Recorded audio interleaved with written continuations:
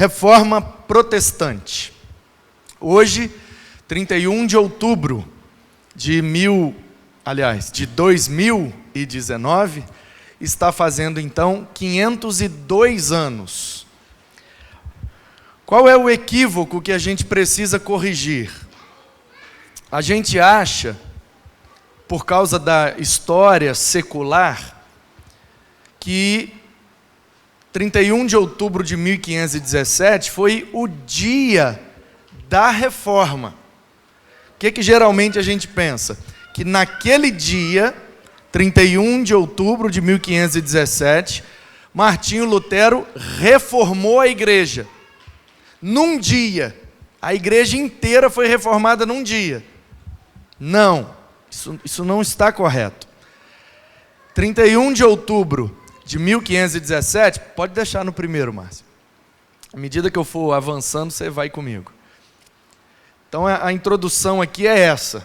Essa palestra, eu quero que sirva para desmistificar esse equívoco que nós cometemos por conta da data que foi escolhida pela história secular. A história secular, os historiadores, para comemorar e para que a gente não esquecesse esse evento que foi muito marcante na Europa, escolheram a data de 31 de outubro, porque em 1517, nesta data, foi que o Lutero afixou as 95 teses. Ele escreveu 95 teses, 95 máximas, frases, contradições às práticas da igreja romana naquele tempo, e isso ficou chamado então de 95 teses.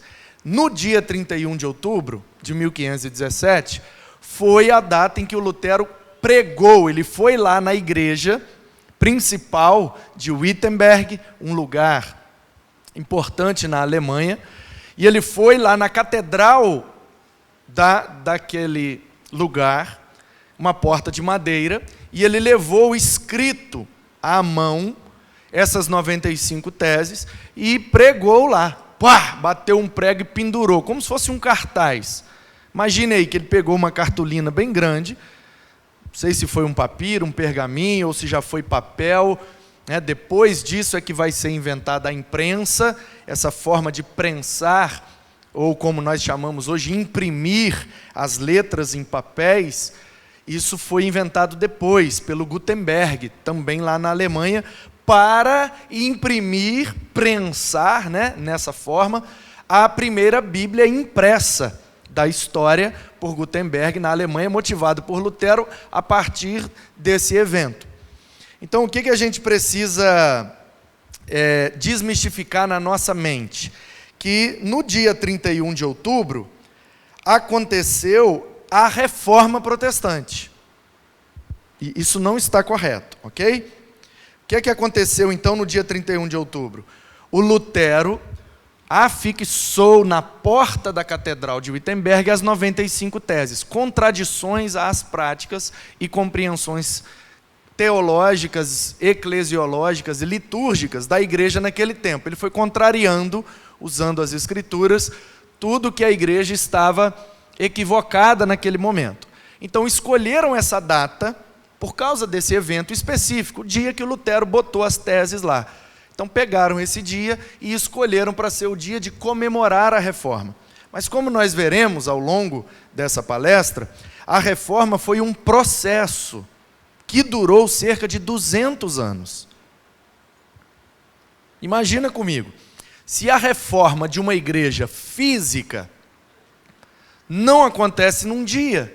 Se a gente falar assim, vamos reformar a igreja, vamos fazer a rampa de acesso com um telhadinho, vamos fazer o telhado ali do lado, vamos pintar toda do lado de fora, colocar um letreiro novo, placas novas, um muro novo de vidro, né, bem contemporâneo, moderno, leve, light, vamos mudar, vamos dar uma repaginada na igreja, vamos reformar o prédio, a igreja física, o prédio, Igreja Batista Guaranhuns. Dá para fazer num dia? Não dá. Nem que tenha 1000 homens trabalhando. Uma coisa depende da outra, que depende da outra, e não dá para fazer tudo num dia só. Então, pensa bem, a igreja de Jesus, que tinha agora sua sede em Roma e estava espalhada pelo mundo todo, já tinha 1500 anos, gente. 15 séculos de igreja.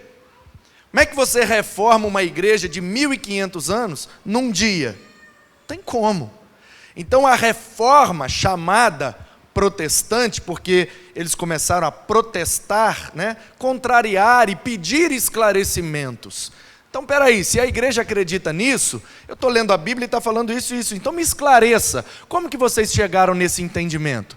E aí começou então aquele processo contraditório, que foi chamado de protestante. Eles estão protestando contra a igreja, eles são protestantes. Esse nome protestante foi dado pela igreja que era contestada. E aí, esse grupo que entrava em contradição teológica, contradição de pensamento, de convicção bíblica, foram chamados protestantes. Então, como introdução, eu queria que você ouvisse essa palestra nessa perspectiva, de que a reforma não aconteceu num dia. Foi um processo que durou cerca de 200 anos. Na minha opinião, como a gente vai ver aqui, até o final, talvez você conclua a mesma coisa que eu, que na verdade o processo de reforma da igreja é constante. Então já dura 500 anos. 502, para ser mais específico. E talvez, bem antes disso, como a gente vai ver, muito tempo antes do Lutero já havia um processo de reforma, já havia gente pensando em reformar a compreensão teológica, bíblica, litúrgica e eclesiástica da igreja. Então, os estudiosos desse período, chamado Reforma, eles dizem que a Reforma protestante foi fundamentada em 5 pilares. Se a Reforma protestante é uma laje, imagina comigo, se o processo que gerou a reforma da igreja fosse uma laje, essa laje estaria em cima de 5 pilares. Os pilares são sola fide, que significa somente a fé. Sola Scriptura, vamos seguir ali a rodinha, começando por cima lá. Sola fide, sola Scriptura, solus Christus, sola gratia e soli Deo gloria. Estão em latim por conta da igreja, na época, ser romana, então as frases estão em latim, que é a língua oficial de Roma. Então, sola fide é somente a fé. Sola Escritura é só a Bíblia, só as Escrituras. Solus Christus é somente Cristo. Sola gratia é somente a graça. E soli Deo gloria é que o único que merece a glória é Deus. O que é que significa essas frases? Que naquele tempo a igreja tinha algumas práticas que não estavam baseadas nesses princípios. As chamadas indulgências, era cobrado valores em dinheiro para a salvação de pessoas, para libertar pessoas, para tirar pessoas do chamado purgatório, porque se a pessoa não tinha uma fé muito firme, não tinha um testemunho muito bom, então provavelmente ela não foi direto para o inferno, nem foi direto para o céu, então ela passa num lugar intermediário chamado purgatório, onde Deus vai ali num processo de refinar a fé daquela pessoa, o testemunho dela, mediante um certo tipo de sofrimento, para ver ali num estágio intermediário se vai para o inferno, se vai para o céu. E mediante pagamentos de alguns valores, as pessoas podiam então ser libertas desse purgatório. E aí tinha uma máxima que a igreja falava naquele tempo, que é: tão logo uma moeda no gasofilácio soa, uma alma do purgatório voa. Eles falavam isso, ou seja, você quer libertar alguém, um parente seu que morreu, você não sabe se ele está no céu, porque o testemunho dele foi um pouco duvidoso. Então, se você trazer uma moeda, assim que a moeda soar, a alma dele vai voar do purgatório. Era um ditado que eles falavam. Então, tinha esse tipo de prática. E aí o Lutero, influenciado por John Hus, John Wycliffe, Savonarola e alguns nomes que nós vamos ver daqui a pouco, começou a pensar, baseado nas Escrituras, que aquilo não estava correto. E daí então começaram os protestos, chamados protestos, porque são contradições às práticas daquele momento. E aí ele então começa a um processo de organizar a teologia da igreja naquele momento, o que no final do processo de reforma chegaram então a esses 5 princípios. Então, para nós, os crentes, os cristãos, que temos agora acesso total às Escrituras, com acesso às línguas originais, com acesso ao contexto original das Escrituras, nós hoje temos a nossa fé baseada então nesses 5 princípios. Nós cremos que a única coisa que garante a salvação para uma pessoa é a fé. A única pessoa que essa fé deve ser direcionada é em Cristo. Que essa compreensão só pode vir mediante as Escrituras. E que somente a graça de Deus vai providenciar para nós a salvação, porque ninguém merece, e tudo isso vai gerar a glorificação de Deus e de ninguém mais. Ai, pastor, mas a igreja não compreendia sempre dessa forma, não? Porque nós hoje entendemos que isso é o básico. Nós somos salvos pela graça, ninguém merece, tem que ter fé em Cristo, senão não adianta. A Escritura é a única regra de fé e prática. E a glória deve ser dada somente a Deus. Ok? Hoje nós entendemos isso como básico, mas no tempo não. Por quê? Porque no tempo não era somente a fé, era a fé, o testemunho, as obras, as renúncias e a moedinha no gasofilácio. Não era só a Escritura, era a Escritura, mais a tradição da igreja, mais a teologia da igreja, mais as bulas papais. Se o Papa escrever algo e carimbar, tem o mesmo pé de igualdade e autoridade que a Bíblia. E a glória era de Deus, porém poderia ser recebida mediante o Papa, mediante um cardeal, um bispo ou até mesmo um padre. Por isso você precisava confessar os seus pecados para um padre, para ele te dar a penitência, o que você tem que fazer para ter aqueles pecados perdoados. Porque o perdão não é somente em Cristo, tem intermediários, tem pontífices, tem sacerdotes entre nós e Jesus. Nossa, pastor, bem diferente. Pois é, lá no século 13, 14, 15 já estava desse jeito. Ah, pastor, então estava bem diferente da Bíblia, né? Por isso que chama reforma. Vamos voltar aos princípios bíblicos? Vamos voltar ao que a Bíblia ensina e ter a Bíblia como única regra de fé e prática? Vamos. E essa decisão contrariou a igreja naquele momento e por isso gerou uma série de eventos que nós vamos ver hoje. Então, se você entrar no Google e pesquisar, se você jogar lá, Reforma Protestante, e pesquisar, um dos primeiros links, se não o primeiro link que vai vir, é de um site chamado Wikipédia, que é como se fosse a enciclopédia digital da internet. Em vez de você procurar na Barça, tem essa enciclopédia digital, Wikipédia, que na verdade é produzido pelos próprios usuários de internet, que vão inserindo conteúdos e ele organiza para te dar a resposta que você está perguntando. Não é muito confiável. Nem sempre a resposta lá é bem exata, mas pelo menos te dá um norte na pesquisa. Se você colocar Reforma Protestante no Google, vai vir essa definição. Foi um movimento cristão do século XVI, liderado por Martinho Lutero, simbolizado pela publicação das suas 95 teses em 31 de outubro de 1517, na porta da igreja do castelo de Wittenberg. Essa definição está certa? Sim, está certa. Porém, não está completa. A reforma protestante é isso, mas não é só isso.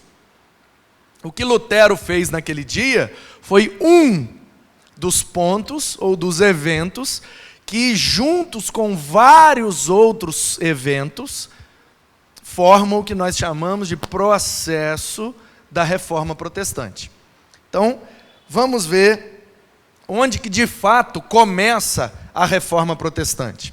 Teve um movimento na Europa, um movimento histórico, um movimento cultural, um movimento intelectual e artístico, que surgiu na Itália, mais precisamente na cidade de Florença, é bem provável, no século XIV.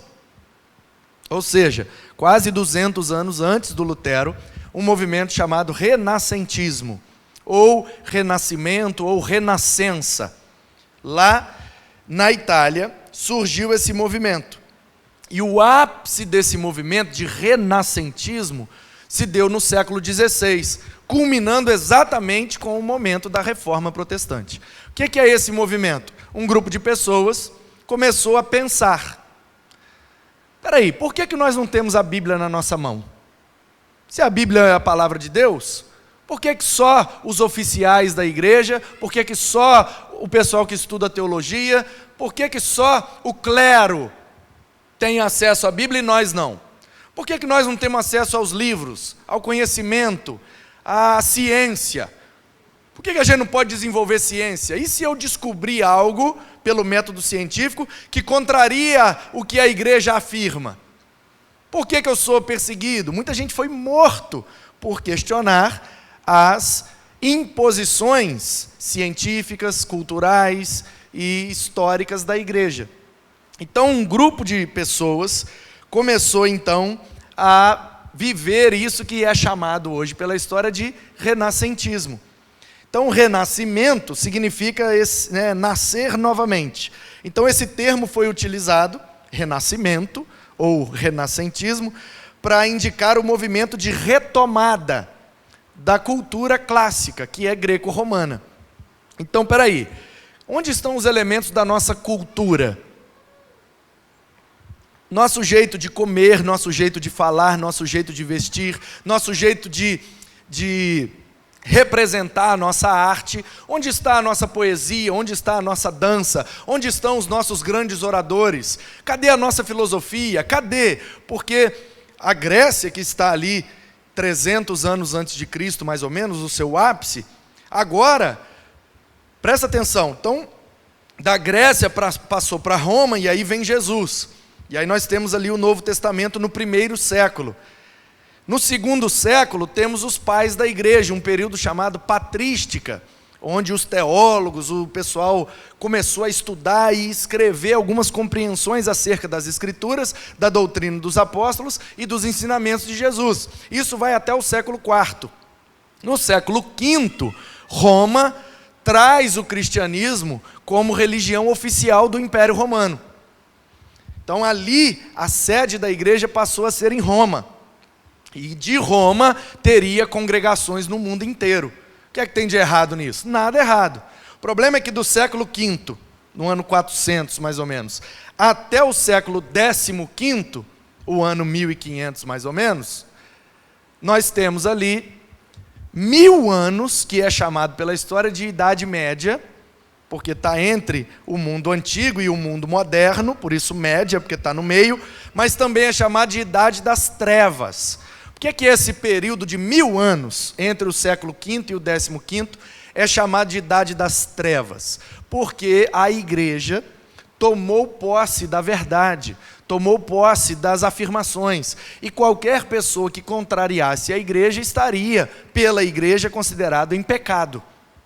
E a Bíblia foi tomada do povo, e o povo agora não tinha liberdade de examinar, muito menos de interpretar as Escrituras, e era obrigado a engolir o que a igreja dava como afirmação e como verdade, em todas as áreas da sociedade.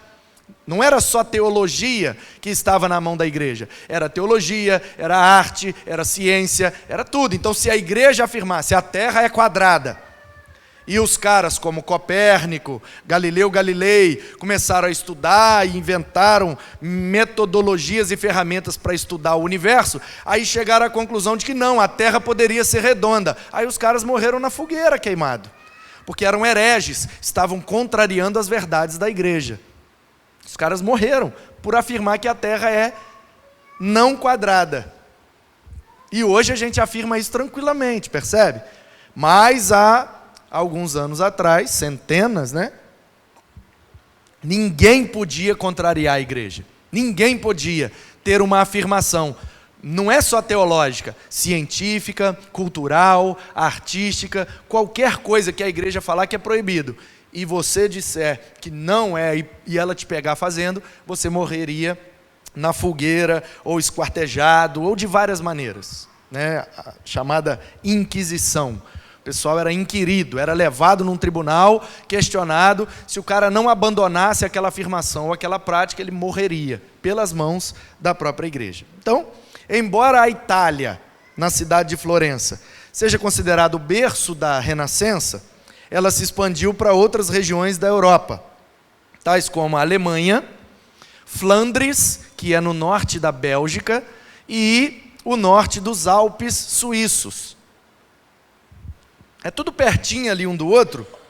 Então surge na Itália, mas rapidamente esse movimento, essa nova cultura, esse novo jeito de entender o mundo. Peraí, será que a igreja está certa? Mas de onde a igreja tirou essa afirmação? Vamos para um laboratório? Vamos testar? Vamos observar? Vamos questionar? Será que é isso mesmo? Então, isso se espalha logo para a Alemanha, para a Bélgica, para a Suíça, e aí começa a pipocar, principalmente entre a juventude, porque a juventude não pode ver uma novidade, e aí a igreja começa a se ver, então, a ser questionada. E com mão de ferro ela vai, então, punindo, com sofrimentos até físicos, aqueles que se opõem às verdades da igreja. Aí começa um período que os historiadores chamam de pré-reforma. Por quê? Porque o renascentismo, essa nova maneira de olhar o mundo e questionar a igreja, já é o estopim inicial para o que o Lutero fez 200 anos lá na frente. Então a pré-reforma é isso, é todo o movimento, e eu, na minha leitura, usando um pouco da minha espiritualidade, eu percebo que Deus está nesse processo, usando o questionamento de alguns jovens para acender um estopim que ia queimar, e 200 anos depois ia promover a reforma teológica e eclesiástica da igreja, que nós precisávamos viver. Então Deus vai usando, olha como Deus intervém na cultura, intervém na sociedade, intervém na compreensão da nossa cosmovisão, o jeito que a gente entende o mundo, e leva às vezes a questionar. Porque se a gente não questionar, a gente vai se acomodando e acha, sempre foi assim, vai ser sempre assim, né? E aí a gente vira umas Gabriela. Eu nasci assim, vou morrer assim, vai ser sempre assim, e vamos que vamos, e não precisa mudar nada, não tem que reformar, não tem que atualizar, vamos fazer como sempre foi feito. Só que o tempo muda, a cultura muda, a compreensão muda, e a igreja precisa acompanhar. Na verdade, na minha opinião, precisa andar na frente das mudanças. Para que ao invés da igreja esperar o mundo mudar, para depois se atualizar, que a igreja tome a sua posição sacerdotal no mundo e passe a ela, como igreja, promover as mudanças, para o mundo vir atrás de nós, e não o contrário. Essa é a minha opinião. Mas a gente ainda está um pouco agarrado com algumas questões e talvez demore um pouco para a igreja tomar, de fato, esse papel de vanguarda e não de retaguarda. Então, o movimento pré-reforma tem alguns nomes. Bom, quem são então os pré-reformadores? Aí, antes de falar de fato dos pré-reformadores, eu preciso desmistificar uma outra coisa da sua cabeça. Por quê? Apesar de diversos nomes serem sugeridos como tendo sido pré-reformadores, nem todos devem ser considerados como alguém que encabeçou um movimento de pré-reforma. Porque apesar de terem, de alguma forma, questionado os rumos da igreja e do cristianismo na Idade Média, seus conceitos eram um tanto quanto distantes do que foi realmente apresentado durante a Reforma. O que é que eu quero dizer? A Reforma Protestante, ela tem, na sua essência, como foi mostrado nos 5 pilares, sola gratia, sola fide, solus Christus, sola Scriptura e sola Deo Gloria, isso aponta para a característica essencial da reforma, que é uma reforma doutrinária. O que a reforma protestante promoveu na Igreja de Cristo foi a reforma da compreensão bíblica e teológica da igreja, que vai acabar mudando um pouco nossas práticas, a nossa liturgia. Mas a reforma protestante não foi propriamente dito uma reforma moral, social ou cultural. Então tem alguns nomes que contribuíram para a reforma moral, para a reforma social, para a reforma cultural e científica. Esses nomes às vezes são jogados no mesmo bolo dos pré-reformadores. E aqui eu estou fazendo uma diferenciação. Espera aí, vamos entender, pro lado de cá, né? Vou aprender isso. Vamos entender o que é o renascentismo e os primeiros nomes que se destacam, trazendo novas propostas morais, sociais, políticas, culturais e científicas. E depois vamos chegar nos pré-reformadores de fato, que são os caras que mexeram na essência da reforma, que é uma reforma doutrinária. Alguns caras ajudaram bastante, mas eles não mexeram com doutrina, não fizeram teologia. Eles mexeram na moral, na sociedade, na cultura, na ciência, na maneira de entender o mundo, o que promoveu depois uma mudança doutrinária. Então, por exemplo, tem um padre italiano que nasceu em 1452, note bem, bem antes do Lutero. Lutero afixou as teses em 1517, ok? Esse cara já estava morto quando Lutero afixou as teses. O nome dele é Jerônimo Savonarola, em latim Hieronymus. Savonarola é um italiano. Ele era um frade da ordem dos dominicanos. Era de Florença, na Itália. Onde foi o berço do renascentismo? Florença, na Itália. Então o cara é padre no berço da mudança cultural da Europa.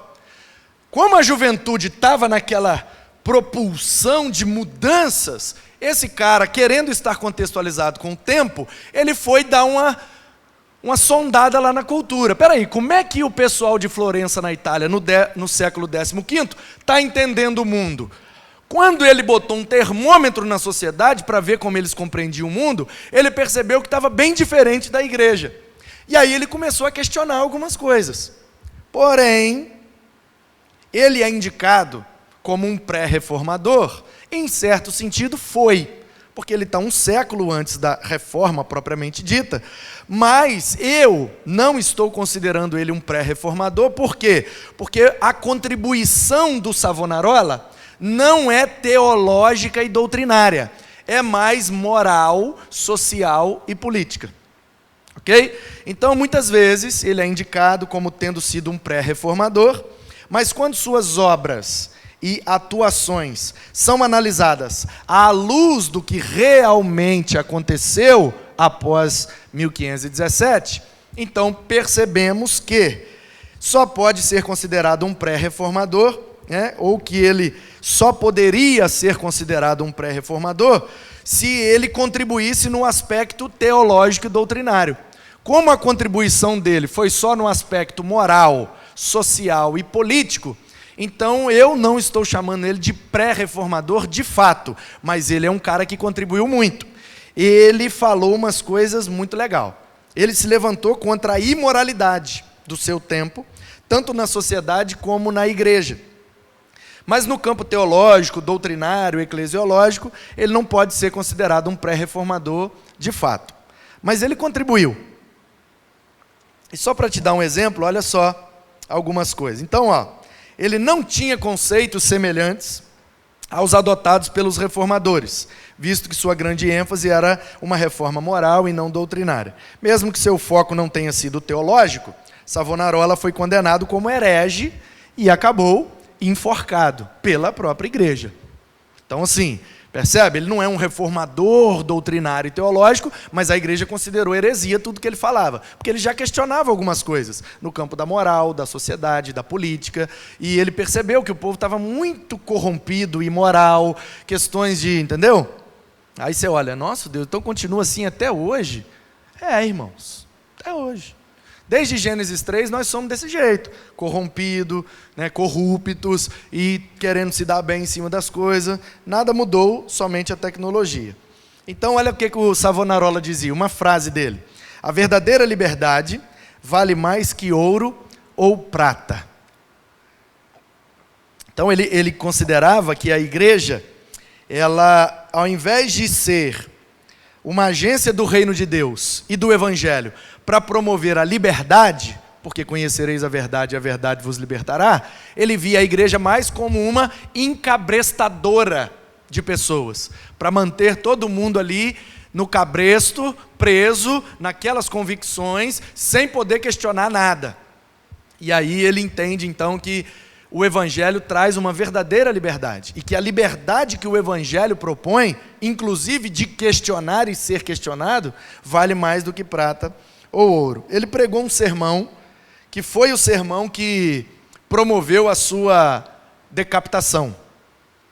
E curioso, né? Ele morreu enforcado pela igreja, né? Numa tentativa ali de arrancar a cabeça dele.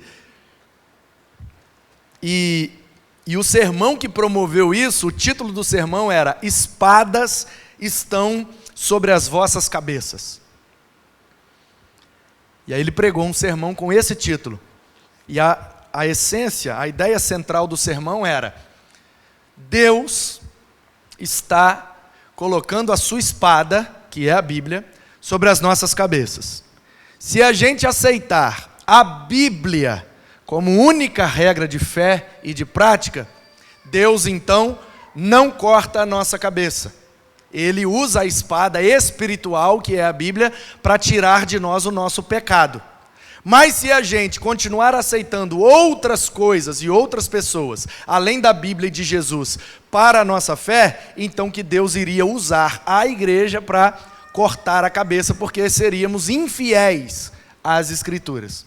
E isso deu uma polêmica danada, e o pau quebrou, e ele foi levado ao tribunal da igreja, e foi obrigado a voltar atrás do sermão que tinha pregado. E ele falou: pode cortar a minha cabeça, eu prefiro que a espada de Deus me corte para tirar o meu pecado, do que abandonar e deixar que a espada de vocês me corte. Então, se vocês querem matar, podem matar, mas eu vou morrer com a consciência tranquila. Vocês podem tirar minha cabeça do meu corpo, mas jamais vão tirar a fé do meu coração. E ele morreu. E aí nesse sermão, uma das frases que ele falou, que gerou muito problema, foi: levanta-te. Ele falou na igreja dele lá, ó, levanta-te e venha libertar a tua igreja das mãos de tiranos, prelados, iníquos. E isso ele se referia à liderança da igreja romana naquele momento. Então chamou os caras de tiranos, de prelados iníquos. Não vou nem traduzir o que significa para você, porque eu nem tenho palavra boa para falar aqui agora. Então é melhor deixar como ele falou. Mas não é nada bonitinho, não estava elogiando não. E perdeu a cabeça. Então, semelhantemente ao caso de Savonarola, vários outros movimentos anteriores à reforma propriamente dita podem ser pontuados. Por exemplo, o movimento dissidente, liderado por Pedro Valdez, ou como é em francês, porque ele é da cidade de Lyon, na França, Pierre Valdez. Então, Pierre é Pedro em francês. Então, ele é o Pedro Valdez, da cidade de Lyon, na França, e ele começou, influenciado pelo Savonarola, começou a pregar verdades bíblicas. E rapidinho ele arrumou um grupo de adeptos, seguidores, discípulos, que ele ia doutrinando usando as Escrituras, ou porções das Escrituras que ele tinha acesso, porque ninguém naquele momento tinha a Bíblia inteira, a não ser o clero da igreja. E aí ele arrebanhou um grupo de seguidores, de discípulos, que foram chamados depois de os valdenses, porque eram seguidores de Valdez. Ok? E essa turma, mesmo depois que ele morreu, eles continuaram unidos, congregando e adorando a Deus, e depois eles aderiram à reforma protestante com a sua doutrina. Então esse cara também contribuiu muito.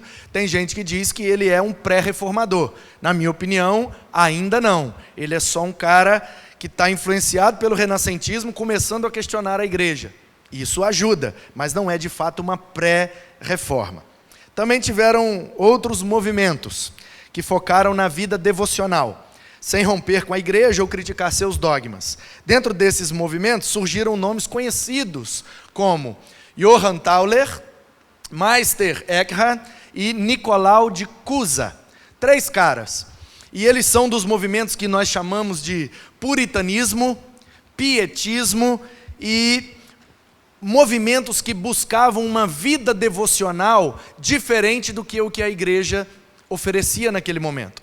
Para a igreja naquele momento, para você ser considerado um bom cristão, bastava que você frequentasse as reuniões, né, cultos ou missas, que você fosse batizado e que você contribuísse financeiramente para que a igreja avançasse. Se você tivesse essa prática, você já era considerado um bom cristão. E esses caras começaram a dizer assim, não, isso não é o suficiente, isso é o básico. Todo cristão deve congregar, deve contribuir financeiramente para o avanço do reino e deve ter as suas obrigações lá no templo, né, físico, em dia. Isso é o básico, eles diziam. Isso não é tudo, isso é o mínimo. Porque a igreja colocava isso como teto. Ó, aqui é o ápice da vida cristã. Frequentar as reuniões, participar financeiramente e fazer alguma coisa no domingo.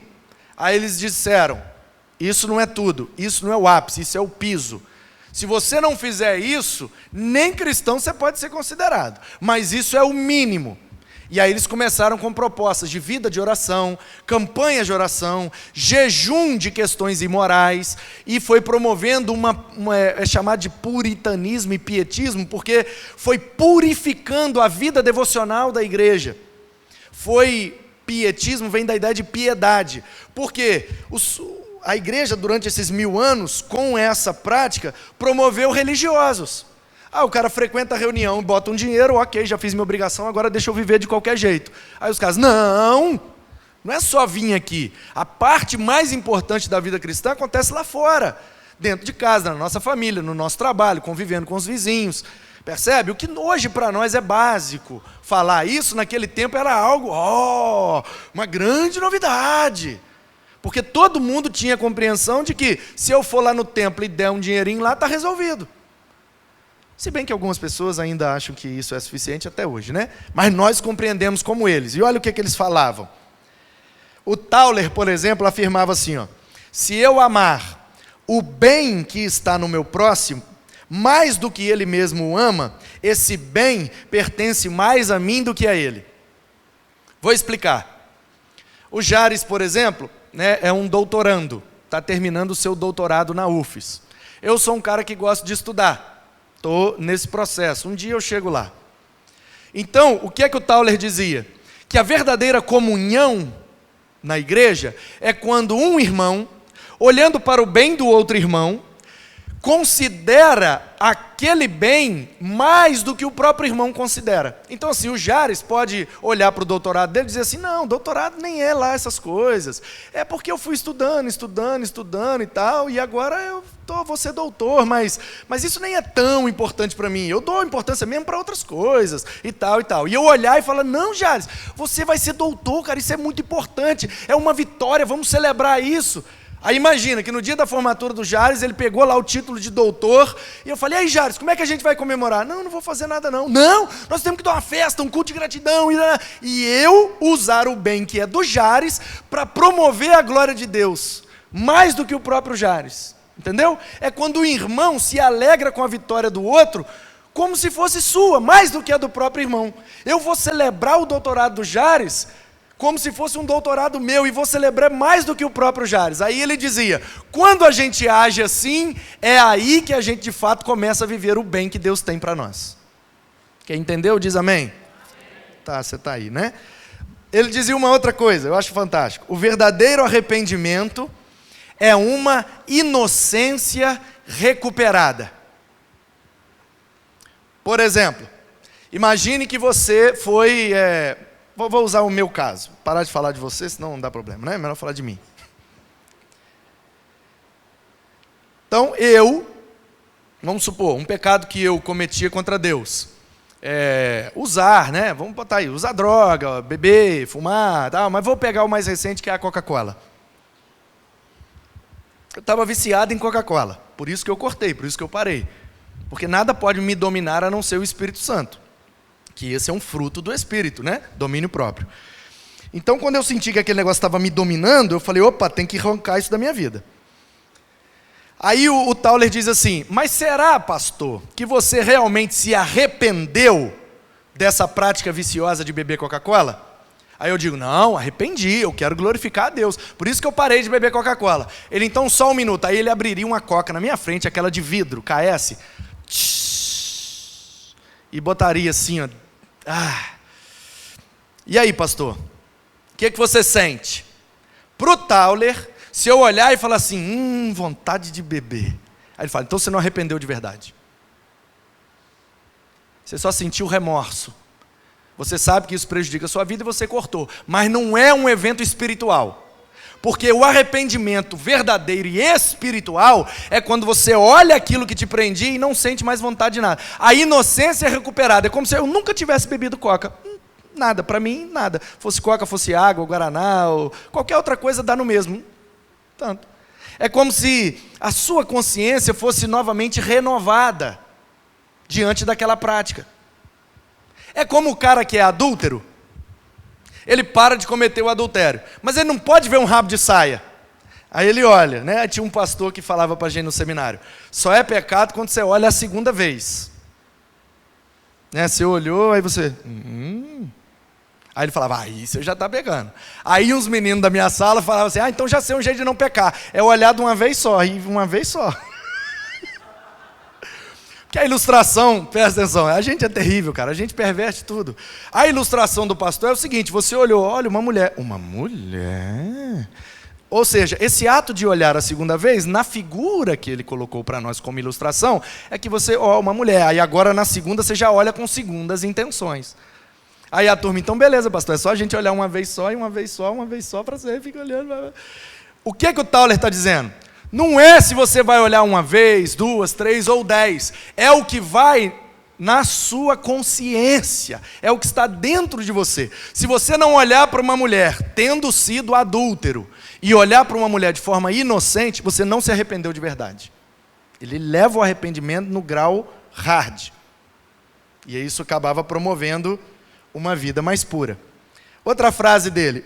A única coisa que não sai é aquela que não deixamos de desejar. Você não consegue parar de praticar aquilo que você não consegue parar de desejar. Quanto você desejar, voltando à ilustração da coca, enquanto eu olhar uma coca e sentir vontade de beber, eu verdadeiramente não abandonei a coca da minha vida. Percebe? Vai elevando o nível das relações na nossa vida espiritual. Aí um segundo nome que eu mencionei lá, né? O Tauler, o Eckhart e o Nicolau de Cusa. Agora o Eckhart, vamos para ele. Ele dizia assim, Deus continua em casa. Essa frase eu acho genial. Fomos nós que saímos para passear e perdemos o caminho de volta. Deus se afastou de nós, cadê Deus que não socorre a gente? A igreja está perseguindo a gente, e a gente está sendo considerado hereges, e onde está Deus que não protege a gente? Aí ele respondia assim, Deus continua em casa, no mesmo lugar, nós é que saímos, e perdemos o caminho de volta. Chamamos Deus de amor, chamamos Deus de bom, mas seu verdadeiro nome é compaixão. Ele dizia o seguinte, a Bíblia diz Deus é amor, ok. A Bíblia diz que Deus é bom, ok. Mas, se Deus não tivesse compaixão de nós, mesmo sendo amor e sendo bom, nós estaríamos perdidos. Na tese dele, é esse atributo de Deus que nos toma de volta como filhos de Deus, a compaixão. Que literalmente significa ter o mesmo sentimento, ter o mesmo pathos, a mesma sensação, o mesmo sintoma. E Deus, em Jesus, demonstra sua compaixão, porque Ele veio até nós para chorar, para sentir fome, para ter os nossos sentimentos. E por isso, nós temos a salvação em Cristo. Se minha oração tivesse somente uma palavra, obrigado, ainda assim seria o suficiente. Por quê? Porque naquele momento da igreja, Idade Média, a igreja se tornou tão religiosa, no sentido mecânico da palavra, que o povo, para fazer uma oração, tinha que falar bonito. E tem gente que até hoje tem essa compreensão, né? Não, pastor, não me pede para orar não, porque eu não sei orar. Como não sabe orar? Você sabe falar? Então fala, meu amigo, a oração é falar. Falar com Deus em nome de Jesus, ou seja, pela vontade de Deus em Jesus, e o Senhor responde conforme a vontade dele. Você sabe conversar? Sei, então converse com Deus, orar é conversar com Deus.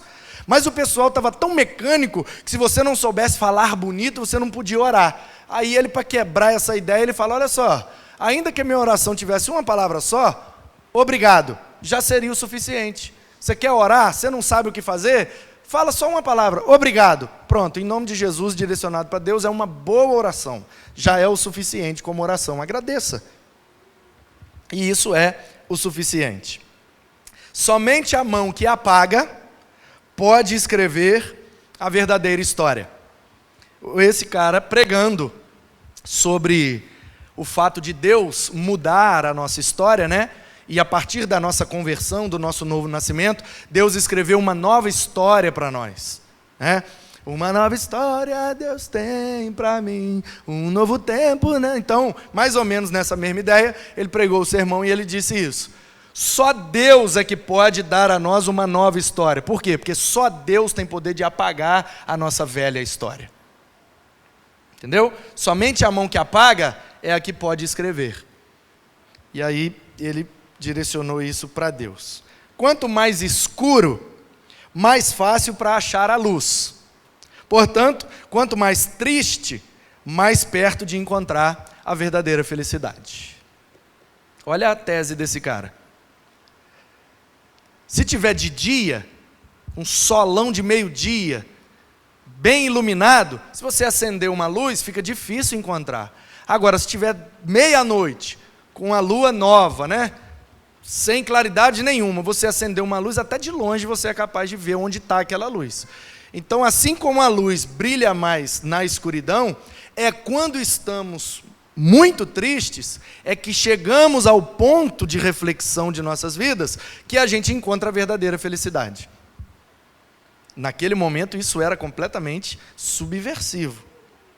Aí vem o Nicolau, de Cusa, um outro cara também desse movimento aí de purificação da vida devocional da igreja. Ele dizia assim, ó, reconhecer os limites do nosso conhecimento é o ponto de partida para o conhecimento da verdade. Quando eu reconheço que eu sou limitado para entender tudo, é que eu começo a entender alguma coisa. Porque enquanto eu ficar achando que eu sei, eu nunca vou aprender de verdade. Interessante. Outra dele. Saber que não podemos o conhecer totalmente é o primeiro passo para começar a conhecê-lo. O que os meninos do preto no branco cantaram, né? Ninguém explica Deus. O que eles querem dizer é que ninguém pode conhecer totalmente a Deus. E aí, na visão do Nicolau, tá vendo? Você acha que ninguém explica Deus, é do preto no branco. Não, Nicolau, lá no século 15º, 600 anos atrás, o cara já estava, entre aspas, cantando, ninguém explica Deus. Por quê? Porque a igreja romana se colocava como detentora do conhecimento de Deus. Nós conhecemos tudo sobre Deus, e eu vou te apresentar nas nossas reuniões o que a gente conhece de Deus. E você só vai conhecer quando a gente apresentar para você. Aí o Nicolau vira e fala assim, não, ninguém conhece Deus totalmente, nem a igreja. Porque o primeiro passo para começar a conhecê-lo é a gente concluir que não podemos conhecê-lo totalmente. Porque ele é eterno, ele é infinito. E eu sou limitado, eu sou finito. Então não tem como conhecer tudo sobre Deus. Eu posso conhecer algumas coisas, mas não posso me dizer detentor do conhecimento total de Deus. Ninguém pode. Isso na época, muito subversivo. Ele foi o inventor, uma contribuição que ele deixou para a cultura, olha, para a sociedade. Quem usa óculos aí? Levanta a mão. Está vendo? A maioria levantou a mão. Se você enxerga melhor por causa de uma lente de óculos no formato côncavo, é graças a esse cara, sabia? Por quê? Porque ele começou a ler Bíblia, ler teologia para pregar melhor, para ter uma vida mais santa, mais pura, para ter conteúdo para discipular outras pessoas, e ele foi perdendo a visão, e ele viu que estava cansando a vista, e aí ele parou de estudar e foi inventar alguma coisa para melhorar a visão, e ele inventou essa lente côncava que você usa aí no olho para enxergar melhor. Ó, tá vendo? A motivação do cara era ler Bíblia. E ele inventou um óculos que hoje beneficia tanta gente por enxergar melhor. E ele escreveu várias coisas, mas tem um livro dele, o mais famoso, é chamado A Douta Ignorância. É um paradoxo, claro, né? Porque doutor, né, significa aquele que tem conhecimento, né? Douto é aquele que conhece. E ignorante é aquele que não conhece, não tem acesso ao conhecimento. Aí o título do livro dele é A Douta Ignorância. Ou seja, eu sei algumas coisas. E principalmente eu sei que não sei tudo. Então, acerca de alguns assuntos, eu sempre serei um ignorante. Porque não dá, em uma vida, tempo de conhecer tudo. E aí essa é a tese dele nesse livro, relacionado a Deus, claro, e a Bíblia. Ninguém conhece tudo sobre Deus, tudo sobre Bíblia, não dá tempo numa vida. Ainda que a gente vivesse 1000 vidas, não daria tempo. Por isso que o que Deus preparou para mim e para você é uma eternidade com Ele. Porque uma eternidade é o período de tempo que nós precisamos para conhecer Deus. Também, saindo desses três, pouco antes da Reforma, surgiram outros caras, e eles são chamados de humanistas bíblicos. Eles demonstraram grande interesse no estudo das Escrituras, nos idiomas originais, produzindo obras que foram muito importantes para a erudição bíblica no período da Reforma. Então, se hoje nós temos, no curso de teologia, acesso à cultura bíblica, à geografia bíblica, ao contexto bíblico envolvendo política, economia, cultura, estilo de vida, as línguas originais, o Antigo Testamento em hebraico e aramaico, o Novo Testamento em grego. Se hoje nós temos acesso a isso, graças a esses caras. Eles foram os primeiros que disseram, peraí, mas a Bíblia originalmente, quando Moisés escreveu o Pentateuco, Moisés escreveu em latim? Porque a Bíblia do tempo deles era a Vulgata Latina. A Bíblia em latim, que foi a versão oficial da Igreja Romana, chamada Vulgata porque era na língua do povo, vulgar, ou seja, popular, a versão de Jerônimo, chamada Vulgata. Será que Moisés escreveu em latim? Aí eles começam a se perguntar, que língua falava lá no Egito? Que língua Moisés falava? Que língua o Josué falava? Será que eles registraram em que língua? E aí começam a questionar. E aí vão pesquisando, vão estudando e vão descobrindo que é grego, que é hebraico, que é uma outra cultura, que é um outro povo. E aí eles vão pesquisando a Bíblia no sentido contextual, literal, gramatical. E aí, meu amigo, vai surgindo um mundo de possibilidades e eles vão questionando. Porque se você conhece o original, você questiona muita coisa. Porque no original é original, não tem pra onde correr, né? Então, o nome mais proeminente desse grupo e dessa época é o Erasmo de Roterdã, que publicou uma versão grega do Novo Testamento, com críticas à versão latina. Ele foi lá no original do Novo Testamento, que é o grego, e fez uma cópia desse Novo Testamento grego. Olha quantos anos esse cara não investiu, gente. Hoje a gente tem tudo mastigadinho, eu tenho aqui no meu telefone um aplicativo, eu acesso grego, hebraico, aramaico, latim, e tudo, a Vulgata, a versão do Rei Tiago, inglesa, de Lutero, de não sei quem, tudo na palma da mão. Esses caras não tinham nada, então eles tinham que investir tempo, atenção, dava muito trabalho. Imagina, o cara escreveu à mão, porque não tinha impressora. Não tinha papel, não era em livros, era tudo rolos. E o cara copiou o Novo Testamento grego inteiro. E no rodapé ele foi colocando notas, criticando a Vulgata. Ele diz, nessa palavra, lá na Vulgata usou a palavra tal, não é a melhor tradução seria tal palavra, porque a palavra original é essa, e Olha a revolução que esse cara fez. Ele deu a Bíblia original na mão da galera, e ainda mostrando no significado original que a tradução romana não era a melhor possível. Arrumou treta, né? Aí ele dizia assim, o amor recíproco entre um mestre e um aluno é o primeiro e mais importante degrau para chegar ao conhecimento. Se um mestre não amar o seu aluno, e se o aluno não amar o seu mestre, nunca chegarão ao ápice do que podem aprender um com o outro. Ele dizia também, as duas coisas mais paralisantes do ser humano são a vergonha e o medo. Por que é que você não ora? Por que é que você não prega o evangelho para as pessoas que você se relaciona? Ah, pastor, porque eu tenho vergonha. Ah, porque eu tenho medo. Isso paralisa a gente. A gente deixa de ser produtivo na obra e no reino de Deus, quando nós permitimos que o medo e a vergonha nos dominem. Então, eu tenho uma frase, não sei se é minha, mas eu falo ela já há bastante tempo. Claro que num sentido figurado, né? Não é literal. Mas crente bom é crente sem vergonha. Crente com vergonha, presta muito não. Aliás, a Bíblia diz os tímidos, né? Os que deixam a vergonha paralisar a sua ação no reino de Deus, não herdarão o reino. Por isso que não herda o reino, porque você é tímido, né? Porque você não aplica o que Deus está te mandando fazer, então Deus não reina sobre você. Herdar o reino nem sempre significa ir para o céu depois que morrer, tá bom? Significa viver conforme o reinado de Deus ainda nesta vida. Um tímido não tem como. Não há prazer, dizia ele, em possuir algo sem companhia. Uma vez eu ouvi uma história que o cara disse assim, houve um desastre aéreo, um avião caiu no mar, e teve um sobrevivente, e ele foi nadando, tipo aquele filme, né, do Tom Hanks, O Náufrago, foi nadando e encontrou uma ilha deserta, e aí lá naquela ilha ele viu uma lâmpada enterrada na areia, ele esfregou a lâmpada, saiu um gênio, e o gênio falou assim, pode pedir o que você quiser que eu te dou. Aí ele fala, não quero nada, eu estou sozinho aqui, para que eu vou querer? Não tem ninguém para eu mostrar?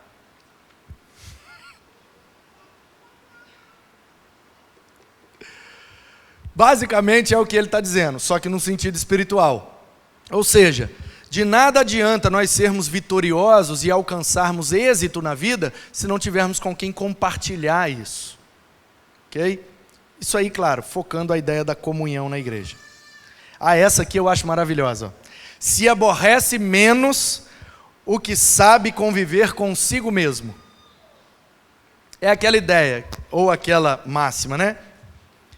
Aquele que não consegue conviver com os outros é porque, na verdade, ele não consegue conviver nem consigo mesmo.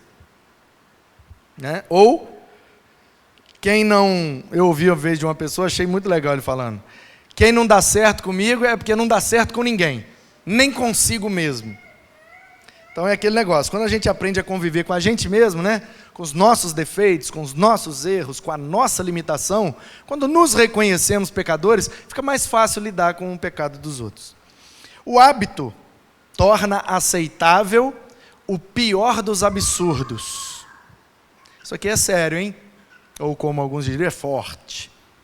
Olha só, você olha uma coisa e acha aquilo um absurdo, mas você faz uma vez, ai que absurdo, meu Deus me perdoa, como é que eu fiz isso? Daqui a pouco você faz uma segunda vez, ai meu Deus me perdoa, fiz de novo, terceira vez. Quando você estiver fazendo a 1000ª vez, nem perdão você pede mais, já virou um hábito. O que vira um hábito, gera um absurdo aceitável.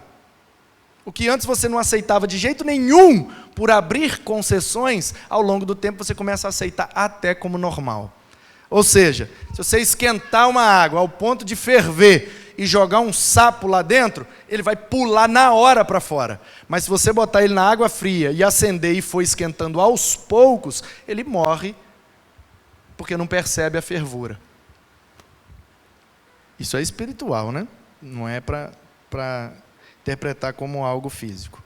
Essa aqui é maravilhosa. Deus, no jardim, no Éden, proibiu o homem de comer da árvore do conhecimento, do bem e do mal. Tenho a impressão, dizia o Erasmo, acho genial isso, de que, em alguns casos, é o conhecimento que tira a nossa felicidade.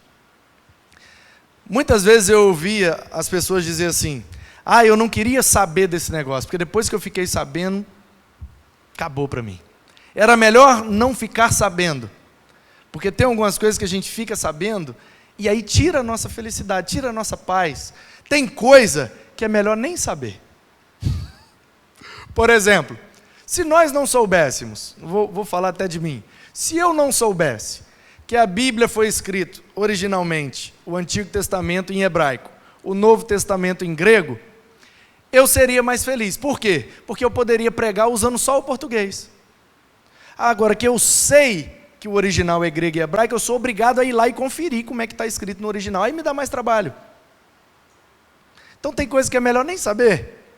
A ignorância, nesse sentido, eu nunca entendi essa frase, aí lendo o Erasmo eu compreendi. A ignorância, em alguns casos, é uma bênção. Tem coisa que é melhor nem saber. Rir de tudo, essa também é massa, é coisa de idiotas. Mas não rir de nada é coisa de estúpidos. Tudo bem que você não vai ficar rindo para todo mundo, você não é uma hiena, mas você não vai rir de nada. E aí ele escreveu, né, algumas coisas, tem um livro dele que é muito famoso, mas ele inventou aquela expressão, hoje a gente usa, tem um grupo aí da sociedade que usa mais do que nós.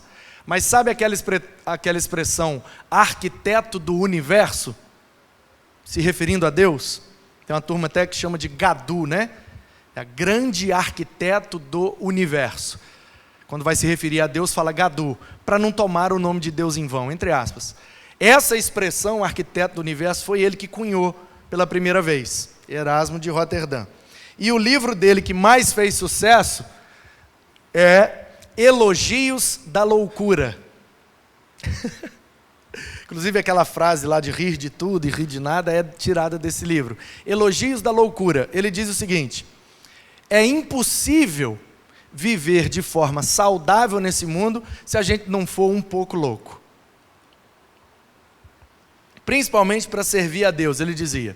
Ou você tem um pouco de loucura, ou você não consegue servir a Deus como Ele merece. Porque tem situações e tem ocasiões que para servir a Deus a gente tem que ser meio doido, né? Então, o livro dele era um elogio à loucura, porque ele estava num momento, aí tudo tem um contexto.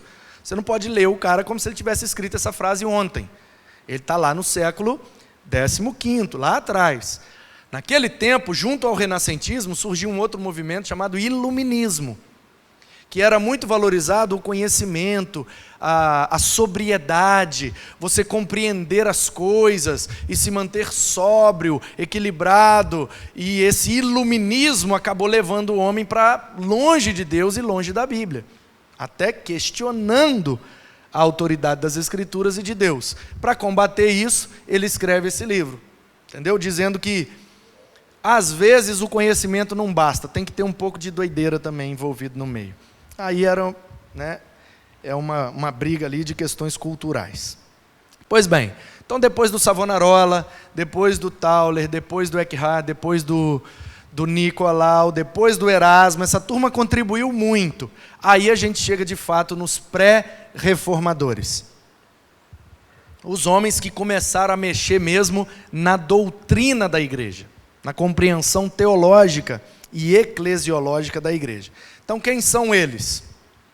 Primeiro, não o mais importante, mas por ordem aqui normal. John Wycliffe. Nasceu em 1328, note bem, quase 200 anos antes do Lutero, tá bom? Ele foi professor da Universidade de Oxford, na Inglaterra, teólogo, reformador da igreja, religioso inglês, considerado precursor das reformas religiosas que sacudiram a Europa nos séculos XV e XVI. Precursor da reforma. Por quê? Porque o John Wycliffe foi o cara que trabalhou na primeira tradução da Bíblia para o inglês, que é a que nós chamamos de King James, a versão do rei Tiago, o rei daquele tempo da Inglaterra, em homenagem a ele, e na verdade foi ele que patrocinou a tradução. E aí, essa versão é conhecida como a Bíblia Wycliffe, ou a Bíblia de Wycliffe. Como nós chamamos em português a Bíblia de Almeida, né? Porque o Almeida traduziu, então como ele traduziu, é chamada Bíblia de Wycliffe, nesse sentido. Ele falava algumas coisas geniais. Primeiro, a verdadeira autoridade emana da Bíblia, que contém o suficiente para governar o mundo. Ele dizia, a Bíblia é a autoridade máxima. Não é o que o fulano, o ciclano, o beltrano diz sobre a Bíblia, é o que a Bíblia diz. Dá a Bíblia na minha mão e deixa eu examinar livremente a Bíblia. E aí sim eu vou ter acesso ao conhecimento e ao que Deus quer para a minha vida. Uma frase que Deu muito problema para ele. Nosso Papa é o Cristo. Olha só, 1300 e pouco, 200 anos antes do Lutero. Entendeu por que eu disse que a reforma protestante não aconteceu com Lutero? 200 anos antes você tem um cara falando um negócio desse. Se você for ler as 95 teses do Lutero, você vai ver que 70% a 80% das teses de Lutero já eram ditas pelo Wycliffe e pelo John Huss, que a gente vai ver daqui a pouco. Então, na verdade, o Lutero foi o cara que jogou muita luz na reforma, mas ele não é o único reformador, ok? Tem uma contribuição grande, mas não é o último. No fim, dizia John Wycliffe, a verdade triunfará. Vocês podem falar o que quiserem, vocês podem fazer o que quiserem, podem matar a gente, podem fazer o que vocês quiserem. A verdade vai triunfar. E a mentira de vocês acerca das Escrituras, um dia vai chegar ao fim. E ele morreu, né, e criou muita polêmica e sofreu muito por isso. Aí depois vem o John Huss, um cara de Hussineck. Os territórios ali mais ou menos da Boêmia, naquele entroncamento ali de Alemanha, Bélgica, Suíça, Itália, aquela região ali, tá bom? 1369, o nascimento desse cara, olha quanto tempo, antes do Lutero. Então, ele foi um pensador e reformador religioso, né, no sentido que eu estou trazendo aqui, um pré-reformador.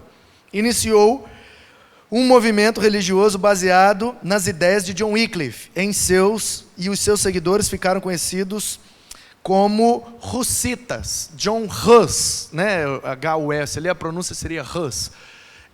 Na verdade não é o sobrenome dele, é o apelido dele, porque Huss na língua dele significa ganso. Era tipo assim, o João dos Gansos, porque o pai dele criava gansos, e ele vendia na feira da cidade, onde hoje está o país da República Tcheca, mais ou menos. Inclusive tem uma homenagem a ele na praça central lá de Praga, que é a capital da República Tcheca hoje em dia. E ele deixou uma contribuição muito grande. Olha uma das frases que ele falou. Isso aqui, na verdade, é um trecho de um sermão. Ficarei eu em silêncio? Deus não permita. Ai de mim se me calar. É melhor morrer do que não me opor diante desta impiedade. O que me faria participante da culpa e do inferno? Olha só, século XIV. Quase 200 anos antes do Lutero, ele estava questionando a igreja. E o povo ameaçando a ele, rapaz, os caras vão cortar sua cabeça, os caras vão te botar para fora, os caras vão te excomungar, os caras vão te matar. E eu vou fazer o quê? Vou ficar em silêncio? Eu tive acesso à verdade. O John Wycliffe traduziu a Bíblia para nós. Agora eu sei que o que eles estão fazendo está errado. Eu não vou ficar em silêncio. Eu vou continuar pregando, vou continuar falando, vou continuar denunciando. E morreu. É melhor ser queimado com Jesus do que ser queimado no inferno. Preso, levou em praça pública, atearam fogo numa fogueira, e ele, amarrado, foi jogado dentro da fogueira. Indo para a fogueira, ele falou isso para o pessoal que estava assistindo. É melhor ser queimado com Jesus do que queimar no inferno. E aí, enquanto queimava, diz a história, que ele falou uma frase: hoje vocês estão matando um ganso, que é o apelido dele, entendeu? Mas em breve vocês se encontrarão com um cisne, e a ele vocês não poderão queimá-lo. 100 e poucos anos antes da vinda do Lutero, os historiadores da igreja dizem que essa expressão do John Huss ao morrer aponta profeticamente para a vinda do Lutero, que foi de fato o cisne que não pôde ser queimado, né? Então, aí depois nós temos lá em Edimburgo, na Escócia. Então, percebe, gente? O renascentismo começa na Itália, pipoca para a Bélgica, para a Suíça. Daqui a pouco a gente tem um cara na Inglaterra questionando, que vai gerar um cara lá na República Tcheca, na Boêmia, e depois vem um cara da Escócia. Tudo isso antes do Lutero, bem antes do Lutero. Então notem que o Espírito de Deus já está, no bom sentido, incomodando alguns cristãos ao longo de toda a Europa para que esse evento aconteça. Então, John Knox é o escocês que foi também um pré-reformador, de linha bastante calvinista, né? O Calvino está depois dele, mas ele já tinha aquele pensamento agostiniano, que nós chamamos hoje de pensamento calvinista, porque o Calvino jogou mais luz nessa compreensão, que é a compreensão do monergismo. Somente Deus age para a salvação do ser humano. O ser humano reage aceitando, porque a graça de Deus é irresistível. Então, esse pensamento originado ali com ele. E ele, influenciado por vários reformadores, ele então se destacou na Escócia como um grande evangelista. E o que ele mais falava nas suas orações era: ó Deus, dá-me a Escócia ou eu morro. Ele orava constantemente pedindo para Deus para ganhar a Escócia para Jesus. E isso era algo novo. Ninguém nunca tinha orado com tanta ousadia assim: eu quero ganhar o meu país para Jesus. Então, tudo bem que a Escócia é bem menor que o Brasil, mas mesmo assim era tido como muita ousadia naquele tempo. Ele dizia assim, quando penso em influência, aquilo que influenciou a minha vida, ele dizia, eu nunca penso nos grandes, eu sempre penso nos bons. Tem gente que é anônima, tem gente que nunca vai ter ibope, fama, nunca vai ser reconhecido, mas é um crente bom que acaba influenciando homens e mulheres de Deus. Não temo mentiras ou tiranias, eu só temo ao meu Senhor. Porque ele começou a ser ameaçado, e aí ele dizia, tenho medo não, vocês podem ameaçar, pode falar mentira, pode me obrigar, me desobrigar, me proibir de pregar, eu não estou nem aí para vocês, eu vou continuar pregando, que o meu temor é somente a Deus. Um só homem. Aí quando o negócio ficou mais apertado para ele, e aí os que o ouviam, quando a igreja fechou o cerco para matar quem contrariasse a igreja, muita gente vazou fora. E ele se viu, num determinado momento, sozinho. E aí a igreja questionou, John Knox, você não vai abandonar essas suas convicções, cara? Você não viu que você está sozinho? Aí ele respondeu, uma pessoa sozinha com Deus é a maioria. Estou lutando do lado de Deus, das Escrituras.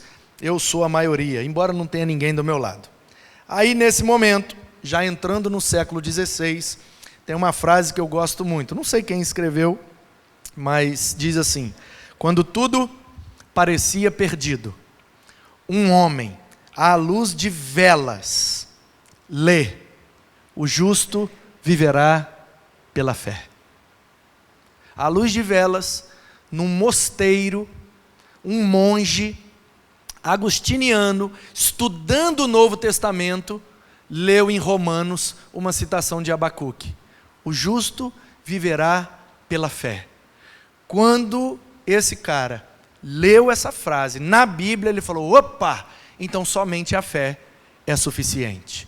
E aí surge o grande pensamento e o grande reformador chamado Martinho Lutero. Então vamos entrar agora nos reformadores de fato. Quem são eles? Vou pegar logo o mais famoso, não quer dizer que ele foi o primeiro, cronologicamente falando, mas é o que tem mais fama. Então, Martinho Lutero, acompanha aí comigo.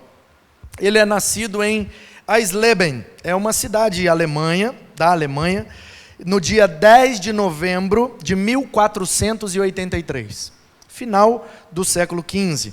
Filho de camponeses, simples, pobres do interior, católicos, como era comum na época, foi alvo de uma disciplina muito rígida e aprendeu, entre outras coisas, a orar aos santos como intercessores e realizar boas obras para a sua salvação e reverenciar o Papa e a Igreja no mesmo pé de igualdade que a Bíblia. Aprendeu dessa forma no interior. Aí, aos 5 anos, começou a estudar latim. Aos 12, foi aluno numa escola de irmandade religiosa em Magdeburgo. Aos 22, recebeu o grau de mestre. Aí, Jares. 22, Lutero já estava completando o seu mestrado. E em artes, na Universidade de Erfurt, na Alemanha, e começou a estudar direito. Já que ele estudou artes, aí fez mestrado, ele falou, agora eu quero estudar direito. Aí fez a faculdade de direito, terminou a faculdade de direito, aí falou, quer saber? Agora eu quero estudar teologia. Aí ele já era mestre em artes, filosofia, direito, foi estudar teologia, foi vocacionado. Sentiu que Deus estava chamando ele para estudar e entregar a sua vida ao estudo bíblico e teológico. O que eles chamavam naquela época de monge. Vai para um mosteiro, um monastério, separado da sociedade, e vai ficar lá só orando e estudando Bíblia, orando e estudando Bíblia. E aí ele foi para lá, um mosteiro agostiniano, da ordem de Agostinho, a principal teologia que ele leu, e a sua ordenação foi em 1507. Então note bem, ele foi ordenado como padre, sacerdote ali, como um monge agostiniano, porque é a ordem dos sacerdotes que vão se dar mais para o estudo. Não é o padre sacerdote no sentido prático e litúrgico da igreja, mas para a teoria. E aí em 1507, então olha só, em 1507 ele foi ordenado, recebeu ali o grau, agora você é oficial da igreja. Em 1517, 10 anos depois, ele estava pregando as 95 teses lá. Então, 10 anos foi o tempo que demorou, entre aspas, para ele mudar de convicção e passar a questionar a igreja que o consagrou. Aí ele deixou o mosteiro e foi ensinar filosofia moral na Universidade de Wittenberg, lá onde tinha aquele castelo, que tinha aquela igreja, onde ele afixou as teses. Continuando seus estudos, obteve o título de doutor em teologia. De 1513 a 1518, ensinou teologia bíblica na Universidade de Wittenberg, lá onde colocou as teses. Nessa época, começou a se tornar bastante conhecido, ele era um professor diferenciado. Após certa idade, começou a ser afligido por uma angústia que pode ser sintetizada em uma só pergunta. Se o coração da pessoa é governado pelo pecado, como ela pode esperar salvação diante de Deus?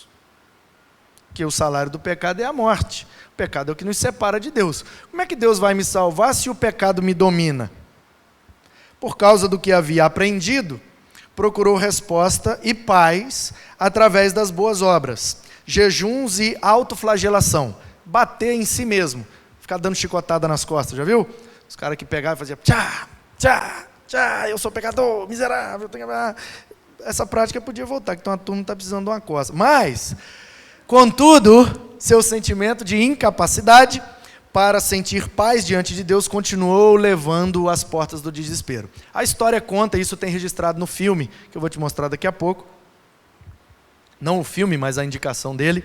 O Lutero esfregava o chão da faculdade, o chão lá do monastério, o chão da onde ele estava. Ele pegava um pano, pegava água e sabão que ele tinha lá, esfregava, passava o dia inteiro limpando um chão, um corredor, uma sala, e a história diz que enquanto ele não visse o seu rosto refletido no chão, ele não parava de limpar. Sabe essa ideia que nós temos de Deus merece o melhor? Quando é para Deus tem que ser feito de forma excelente? Quem começou com essa prática foi o Lutero. E ele compreendeu, Deus merece o meu melhor. Enquanto eu não fizer o melhor, eu não vou parar, porque Deus merece o meu melhor. E isso causava um desespero, porque embora ele fizesse o melhor, ele não tinha certeza da salvação. E aí, a aflição dele só encontrou resposta quando encontrou na Bíblia, aquela frase, o justo viverá pela fé. E a única forma que alguém tem de obter o favor de Deus é através da fé em Jesus Cristo. E é através dessa fé que os pecados são perdoados por Deus. Essa compreensão passou a ser conhecida como doutrina da justificação pela fé. Pode ir, Márcia, pode pular isso. O que nós conhecemos hoje como doutrina da justificação pela fé em Cristo nós somos justificados diante de Deus. Quem compreendeu isso pela primeira vez foi o Lutero. Claro, os apóstolos compreendiam, os pais da igreja compreendiam, você já entendeu, Tivemos um bom período da igreja ali nos primeiros séculos, depois a igreja passou a ter sua sede em Roma e foram 1000 anos de trevas. Agora eles estão começando a refletir novamente, voltando aos princípios por causa das Escrituras. E esse pensamento foi então o cerne, a essência, a coluna central da teologia dele. A igreja da época costumava dizer que algumas pessoas possuíam mais méritos do que as outras. E que algumas pessoas tinham mais méritos para ser salvo do que necessidade de ser salvo. Pelas boas obras e pela contribuição financeira que dava à igreja, algumas pessoas tinham mais méritos diante de Deus. Já ouviu isso em algum lugar?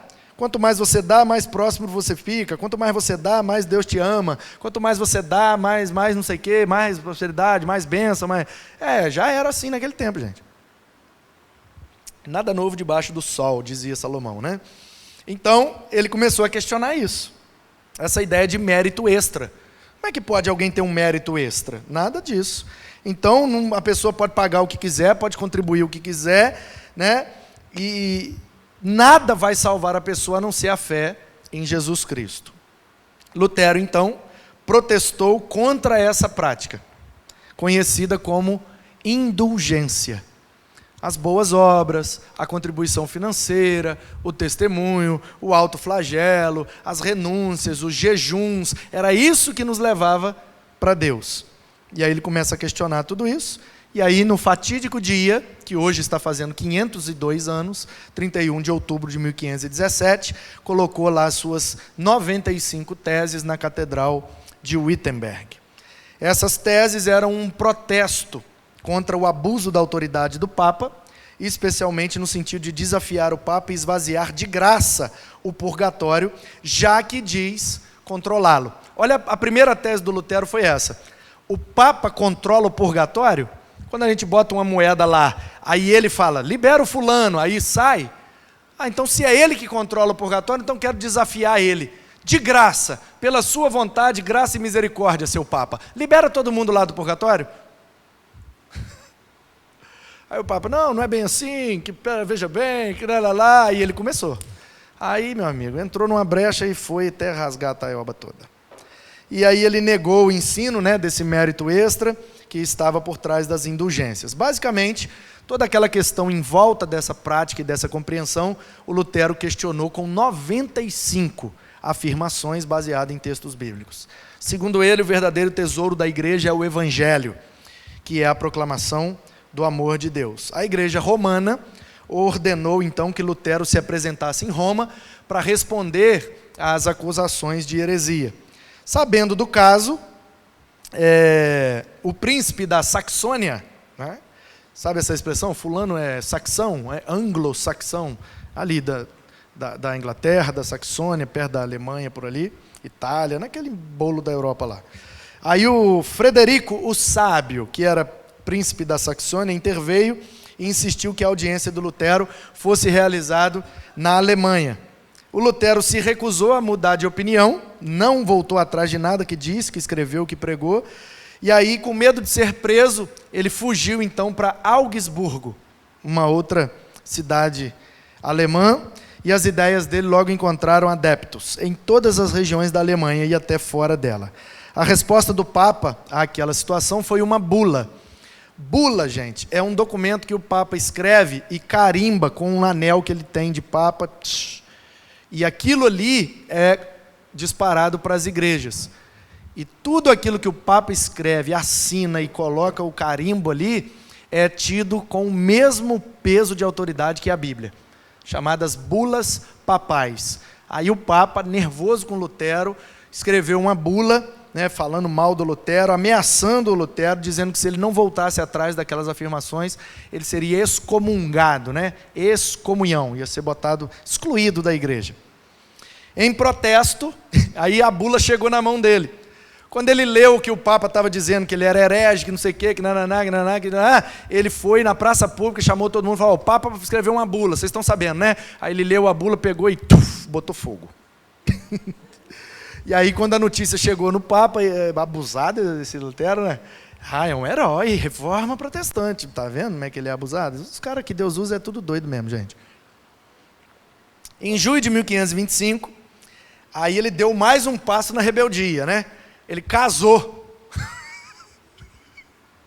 Porque um monge da igreja, quer saber? Eu não li a Bíblia toda, não encontrei negócio de não casar. E Pedro era casado, os apóstolos eram casados, todo mundo era casado. Por que eu não posso casar? Da onde? Porque o Papa disse que não pode. Mas na Bíblia não tem que não pode. Então, conheceu uma menina lá, tadinha, Catarina, vambora, né? Catarina, vambora.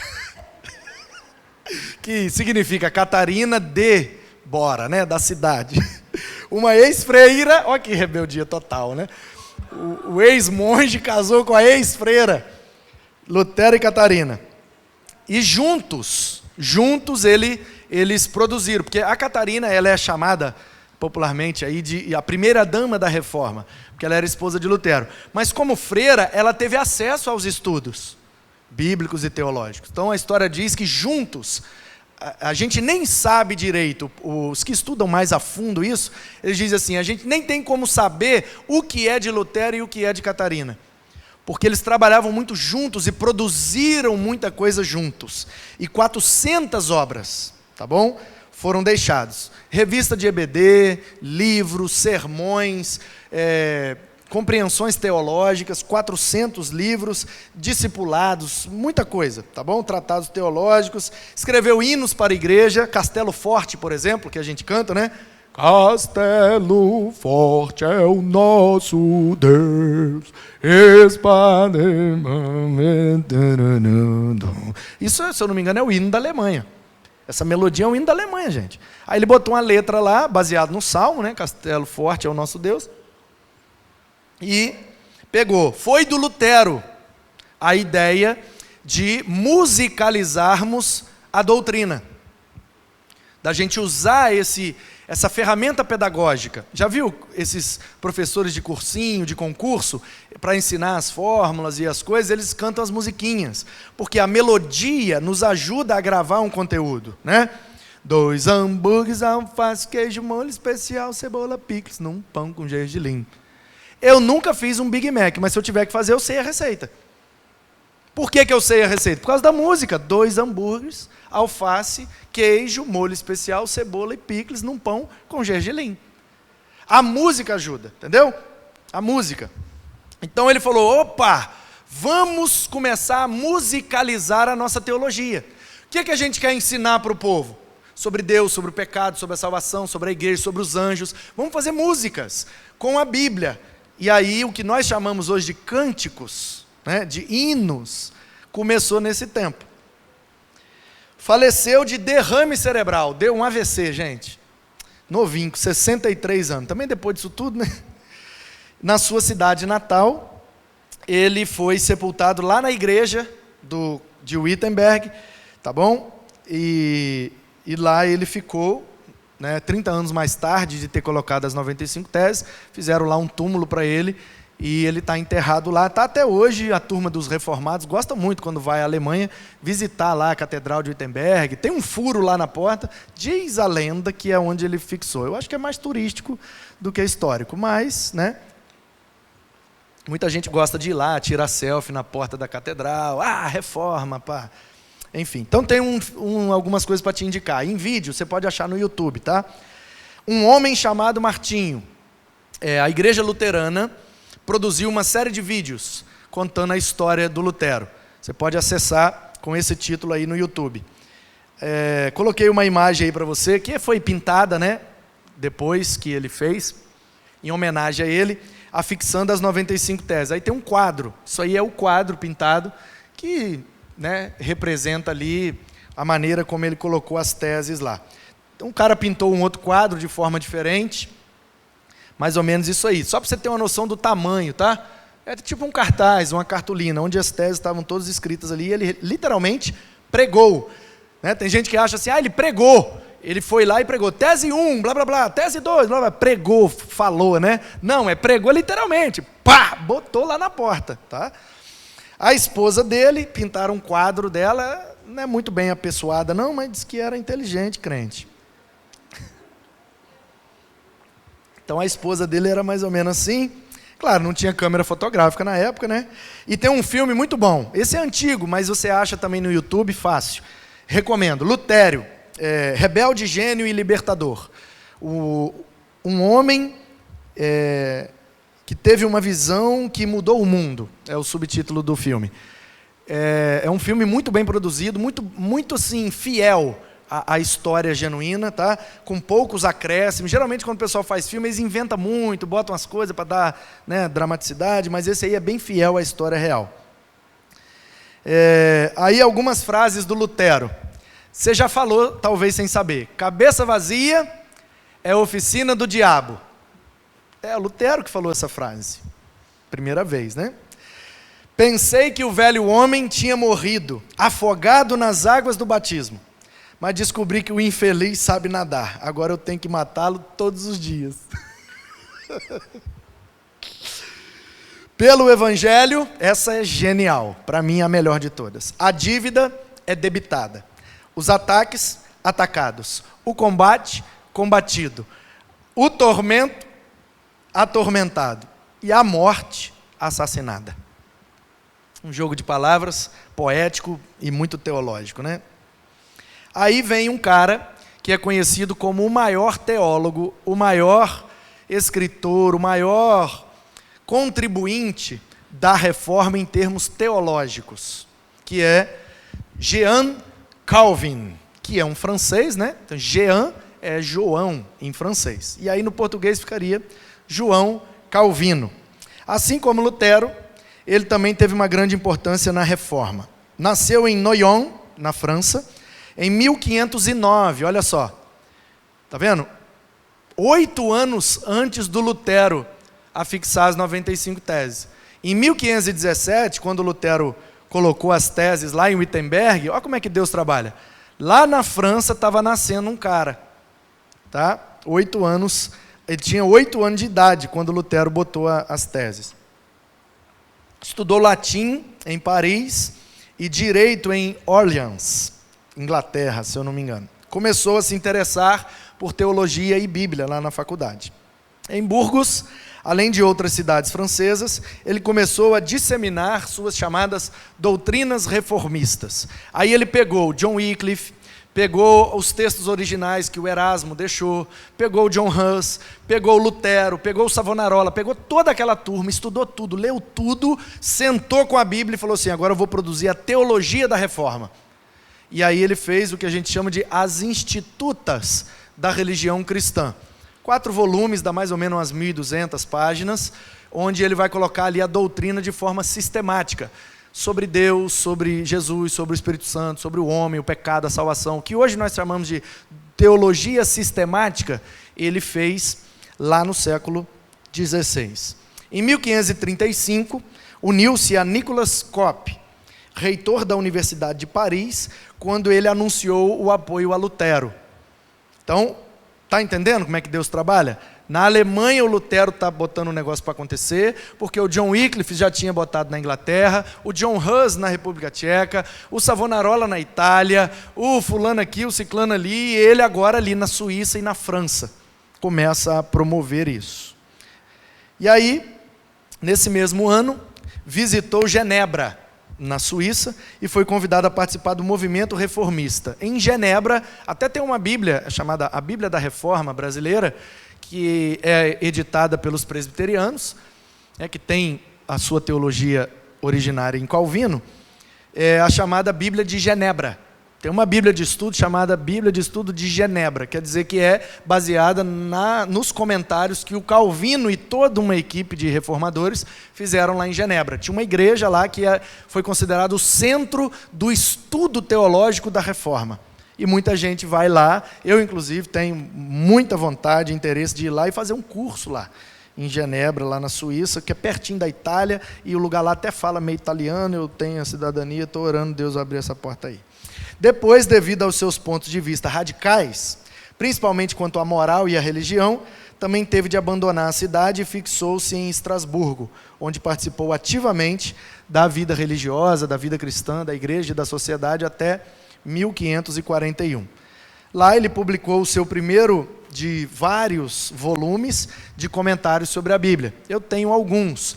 Tenho, acho que quase todos do Novo Testamento, sobre Salmos, Pentateuco. Ele tem comentários bíblicos fascinantes. Muito bom.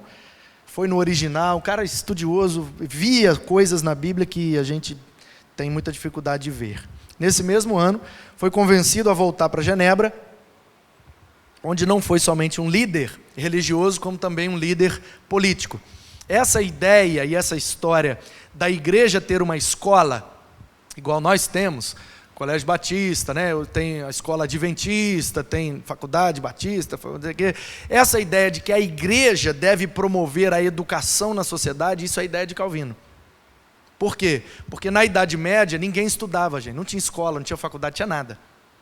porque é a idade das trevas. O povo não tem nem Bíblia, vai ler o quê? Então, essa ideia de botar escola para os meninos, para os jovens, faculdade, universidade, a igreja promover a educação na sociedade, isso começou com o Calvino.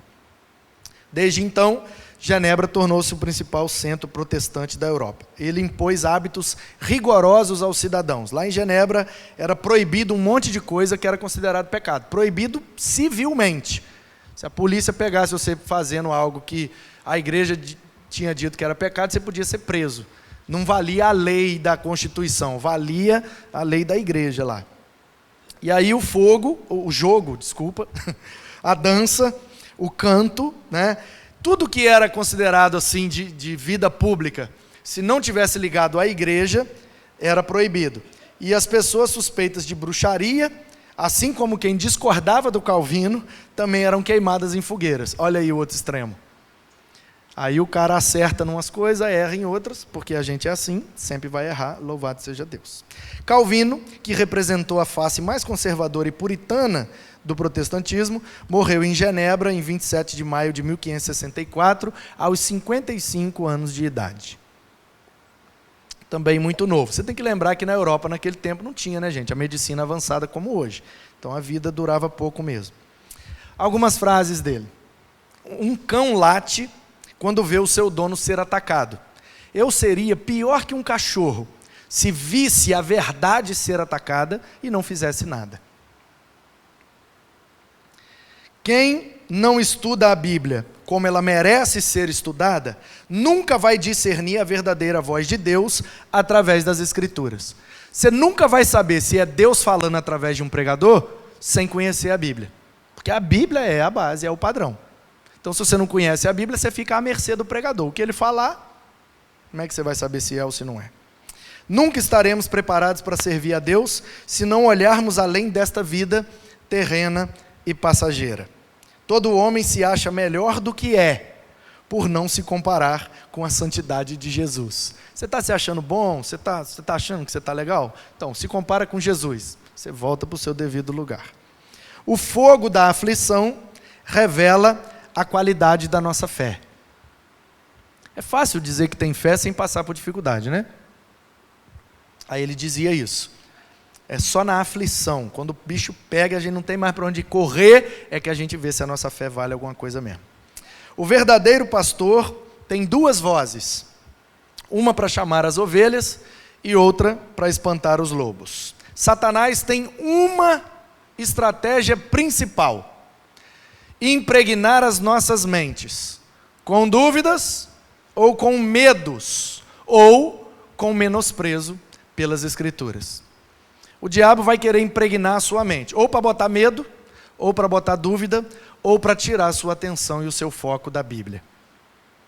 Aí vem um outro cara, também tão importante como os outros, Ulrich Zwingli. No português ficaria Ulrico Zwingli, que é Uldrich, um nome da língua alemã e suíça, né? Então uma mistureba lá, fica até difícil de pronunciar. Mas seria nisso aí, Ulrico Zwingli, tá bom. A grande importância atribuída a Calvino, o mais destacado teólogo e organizador do movimento reformado, às vezes obscurece a figura do reformador Ulrico Zwingli, o líder inicial desse movimento reformado. Então, às vezes, a gente joga muito ibope para o Lutero e para o Calvino, porque o Lutero, na prática, foi o rosto da reforma, o Calvino, na teoria, foi o rosto da reforma, mas quem de fato acendeu o estopim, que o negócio realmente virou a chave, foi o Zwingli. Então ele é muito importante, ele só não tem muita fama como os outros. Mas ele nasceu no dia 1º de janeiro de 1484, 2 meses após o nascimento de Lutero. Lutero estava nascendo na Alemanha e ele estava nascendo na Suíça 2 meses depois, na vila de Wildhaus, né, no nordeste da Suíça, a parte oriental. Após frequentar uma escola latina em Berna, ingressou na Universidade de Viena, onde entrou em contato com o humanismo, Aquelas ideias do Erasmo, do Savonarola, dos caras lá que eu já falei. Em seguida, estudou na Universidade de Basileia, onde foi influenciado pelo interesse bíblico de alguns mestres e formou um círculo de amigos que o puseram em contato com o grande humanista holandês Erasmo de Roterdã. Aí, quando ele leu o Erasmo, ele endoidou, né? E, após obter o grau de mestre, em 1506, foi ordenado ao sacerdócio e tornou-se pároco na cidade de Glarus, nos Alpes suíços. Uma cidade pequenininha, poucos mil habitantes. As influências humanistas e as suas próprias experiências como capelão de mercenários suíços na Itália o levaram a opor-se a esse sistema religioso da época. E isso contribuiu para a sua transferência para Einsiedeln, não sei se é assim que pronuncia, 1516, 2 anos mais tarde, para Zurique, onde se tornou sacerdote da principal igreja da cidade. Zurique é, hoje, em torno de 400 mil habitantes, é a principal cidade da Suíça. Não é a capital, mas é a cidade principal. Seria tipo São Paulo. A capital é Brasília, mas São Paulo é a metrópole. Então, tendo lido recentemente a tradução do Novo Testamento, feita por Erasmo, começou em 1519 a pregar uma série de sermões bíblicos que causaram forte impacto na igreja. Essa ideia de pegar um livro da Bíblia e pregar inteiro, versículo por versículo, ele que lançou isso, essa moda aí que eu costumo repetir. Nessa época, ele defendeu um grande programa de reformas em cooperação com os magistrados civis. Chamou os juízes, os doutores em direito, e falou, nós precisamos refazer as leis de acordo com os princípios bíblicos. Só isso que vai gerar uma sociedade mais justa e mais saudável. As ideias sobre o culto público e os sacramentos, que nós chamamos de ordenanças, ceia, batismo, casamento e tal, representaram uma ruptura mais radical com as antigas tradições do que fez o movimento luterano. O Zwinglio já promoveu uma mudança eclesiológica com relação ao batismo e tal. 1522 foi um ano decisivo para ele. Protestou contra o jejum da quaresma e o celibato clerical. O padre não pode casar, o sacerdote católico não pode casar. Ele protestou contra isso e casou-se, secretamente, no início, com Anna Reinhardt. E também escreveu Apologéticos Arqueteles, tipo artigos de apologética, defendendo a fé cristã baseado nas Escrituras. Renunciou ao sacerdócio, sendo contratado pelo Concílio Municipal como pastor evangélico ou reformado, em Zurique, lá na Suíça. 2 anos depois, ele participou de vários debates e levou à progressiva implantação da reforma lá na Suíça, culminando com a substituição da missa pela ceia do Senhor em 1525. Alguns de seus primeiros colaboradores, como Conrado Grebel e Félix Mantes, adotaram posturas radicais quanto ao batismo, dando início ao movimento anabatista, que gerou fortes reações das autoridades. Anabatista é que o pessoal, em latim, significa rebatizadores. Anabatistas, aqueles que batizam de novo. Por quê? Porque eles compreenderam, pelo texto original do Novo Testamento, que a palavra baptizo, no grego, é a palavra mergulho. E eles falaram, então o jeito certo de batizar, conforme as Escrituras, é mergulhando, que é baptizando.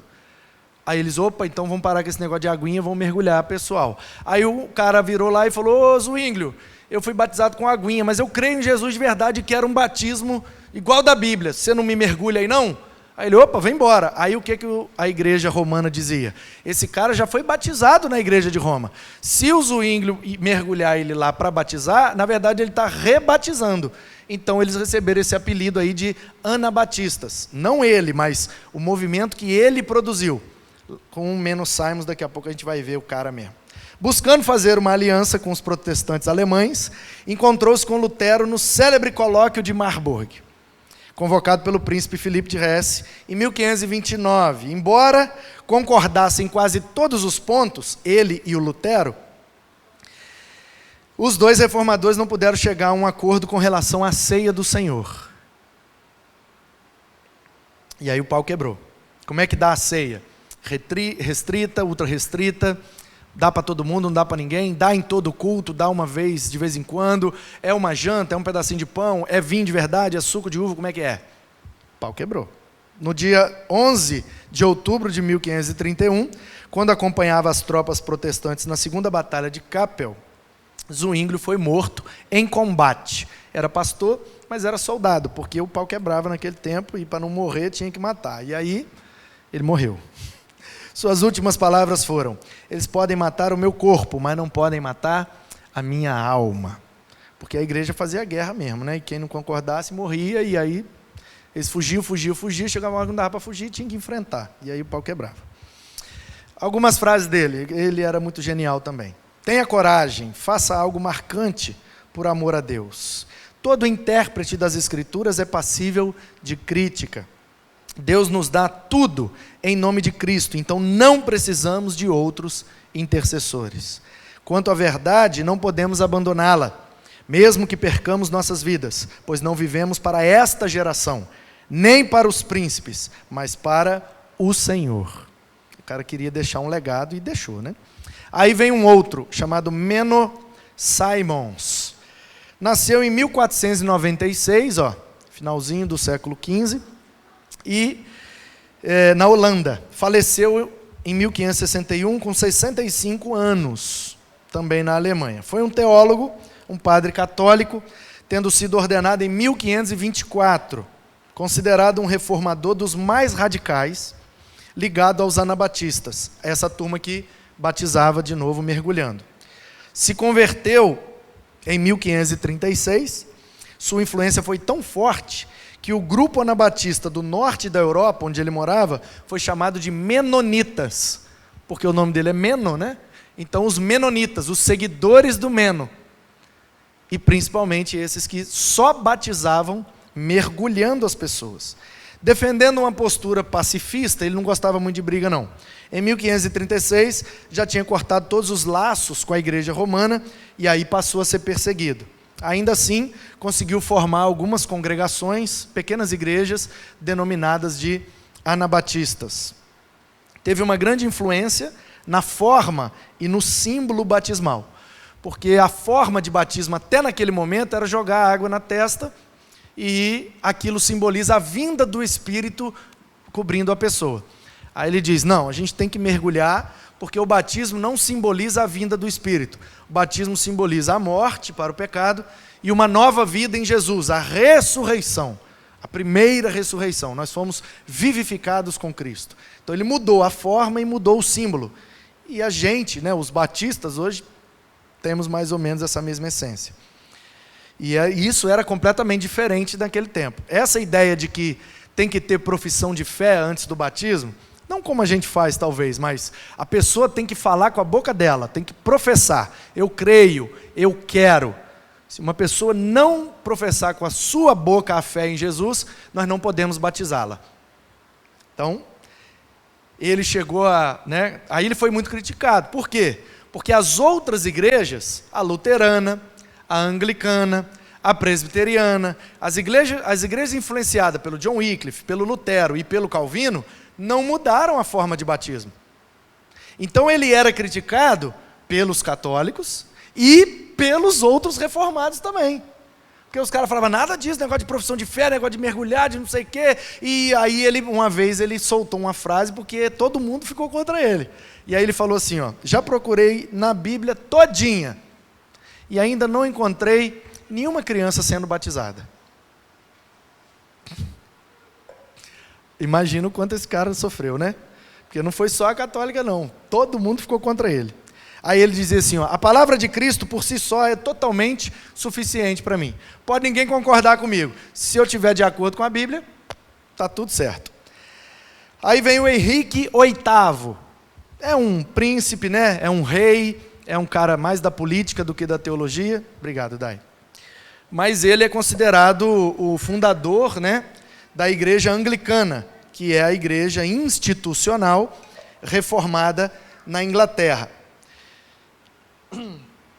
Nasceu em junho de 1491, faleceu em 1547. Foi rei da Inglaterra de 1509 até sua morte. Ele foi lorde e também foi rei da Irlanda, que pertencia à Inglaterra naquele momento. Foi o segundo monarca inglês da casa de Tudor. a ocupar o trono, sucedendo seu pai Henrique VII. É conhecido como o fundador da Igreja Anglicana. Suas lutas contra Roma ocasionaram a renúncia da Inglaterra à autoridade papal, a dissolução dos mosteiros e seu próprio estabelecimento como chefe supremo da Igreja. Ainda assim, continua a acreditar nos principais ensinamentos católicos, mesmo após ser excluído da Igreja. Os seus contemporâneos o consideraram um rei atraente, bem educado e realizado, e ele foi descrito como um dos governantes mais carismáticos a ocupar o trono da Inglaterra. Casou-se com Catarina de Aragão, teve vários casos extraconjugais, pelos quais acabou se divorciando de Catarina. Casou-se novamente com a Ana Bolena, irmã de Maria Bolena, com quem ele também teve um caso, mas ele nunca assumiu. Talvez esse tenha sido o principal motivo para a cisão com a Igreja Romana. O que é que o pessoal diz? Que ele quis se casar de novo. E ele chamou o Papa para fazer o segundo casamento dele. E o Papa não concordou. Falou, não, você está errado, você está em pecado, você é um adúltero e está largando, sua mulher largou você por causa do seu adultério. E você quer casar de novo, largou a sua esposa, a rainha, para pegar essa novinha aí, e a sua fama é ruim, não vou fazer casamento seu não. Aí ele, é? Então também nós não somos mais da Igreja de Roma. E você vai ser de qual igreja? Ele fala, vou fazer a minha igreja. Aí ele deu o nome, Igreja Anglicana, a Igreja da Inglaterra. Chegou para os padres, que tinha lá na Inglaterra, e falou, quem quiser ir embora para Roma, vai. Quem quiser ficar, eu vou pagar melhor que Roma. Aí os caras, opa, estamos aí. E aí ele fez a Igreja Anglicana. Assim que começou, né? Então, só uma ilustração aí para você, as 6 mulheres da vida dele. O cara contribuiu para sair de Roma, né, e promover algumas mudanças, mas era, né, uma benção ele. Aí Salomão teve 1000, né? Davi também teve uma meia dúzia, então dizia ele, estou igual aos caras. Catarina de Aragão, a primeira ia acima, aí a Ana Bolena, a Jane Seymour, Ana de Cleves, a Catarina Howard e Catarina as principais, né? Que tornaram-se públicas, mas diz que tinha várias outras que ninguém soube. Aí ele falou um negócio que eu achei legal. As falhas dos homens eternizam-se no bronze, enquanto suas virtudes as escrevemos na água. O que ele queria dizer? Exatamente isso. Todo mundo foca nos meus erros. Só que eu tive muito mais acertos do que erros. Só que o problema é que o erro é escrito no bronze. E o acerto é escrito na água, né? Você escreve na água, a água, quer dizer, apaga rápido. O acerto todo mundo esquece rápido, mas o erro ninguém esquece. Aí eu quero agora, para ajudar a sua mente, falamos de muitas datas, né? Só para te ajudar num panorama assim, cronológico. Só para te ajudar, tá bom? Em ordem de natividade, ou seja, o nascimento. Quais desses caras nasceram, um primeiro que o outro, para organizar na sua cabeça aí, cronologicamente. Primeiro, John Hus. Ele é de 1369. Depois, o Savonarola, né, o Jerônimo, 1379. Depois, o Lutero, 1483. Depois, William Tyndale. Eu não mencionei esse porque a gente não sabe muita coisa sobre ele, mas ele é considerado também um reformador de 1484. O Andreas Karlstadt. Esse cara também a gente não sabe muita coisa, ele não deixou muito material escrito, mas ele deu uma grande contribuição, de 1486. Aí o Oswald Gleidt, a gente não tem nem foto dele, mas diz a história que ele cooperou muito, de 1490. Depois o Melanchthon, Filipe Melanchthon, a teologia chamada arminiana, né, que é, em alguns pontos, contrária à teologia calvinista, tem base nesse cara. Esse cara deu uma grande contribuição. Pena que a gente não tem muito acesso, os materiais dele não foram muito traduzidos para o português, então a gente não sabe muito. Mas diz que ele deixou uma contribuição muito grande lá na Europa, na época. Aí a esposa, né, a primeira dama, Catarina Vambora, de 1499. Depois o Calvino, de 1509. E aí vem todos os outros que eu falei, e aí a igreja foi, né, se reformando, na Alemanha luterana, na Inglaterra anglicana, na Suíça presbiteriana e aos arredores ali da Holanda, os anabatistas, que depois foram chamados, né, menonitas, pietistas, puritanos e tal, e aí os separatistas ingleses, John Smith e Thomas Helvis, são dois caras que se separam do Estado inglês, são perseguidos, vão para a Holanda e começam ali o que nós conhecemos como a primeira igreja chamada Batista. E aí é ali a nossa origem como denominação, tá bom? Na Inglaterra, já ali no século XVIII, por aí, 17, 18, e depois a coisa vai crescendo, vai, né, por toda a Europa, as igrejas batistas, vai para os Estados Unidos, onde ganham um crescimento muito relevante, junto com os metodistas na época, e dos Estados Unidos vem para a América do Sul e para a África. Então, basicamente, o berço da igreja batista enquanto denominação é a Holanda, com esses dois homens, okay? John Smith e Thomas Helvis. Eles são os chamados fundadores, né? Mas a gente nem sabe o nome deles, muita coisa deles e tal, só na história. Porque de forma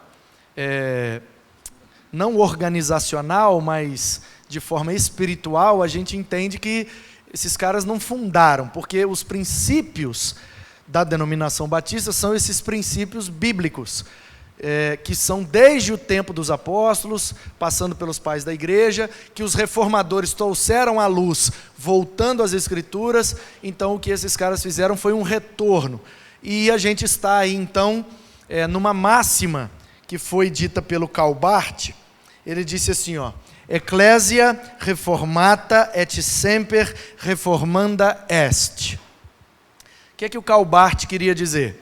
A igreja é reformada, porque ela está sempre se reformando. Tudo bem que esse evento na história é chamado de reforma protestante, mas o Calbart, lendo a história da igreja inteira, ele percebeu que ao longo de toda a história da igreja, Deus foi reformando a igreja. À medida que ela se distanciava do verdadeiro evangelho, Deus usa homens e mulheres para voltar aos princípios. E aí a gente começa a desviar de novo, e aí volta e vai, volta e vai, volta e vai e volta. Então, é isso que o Calbart quis dizer. Então, que Deus te abençoe. Essa é basicamente a história da reforma. Ai, pastor, demorou muito. É porque foram só 300 anos, né? Então, 300 anos em 2 horas, tá bom demais, né? Tinha muito mais coisa, mas isso aí é o básico, só para aguçar sua curiosidade e continuar estudando, tá bom? Vá em paz, que Deus te abençoe e seja um cristão reformado, que Deus possa reformar a sua vida a cada dia. Amém.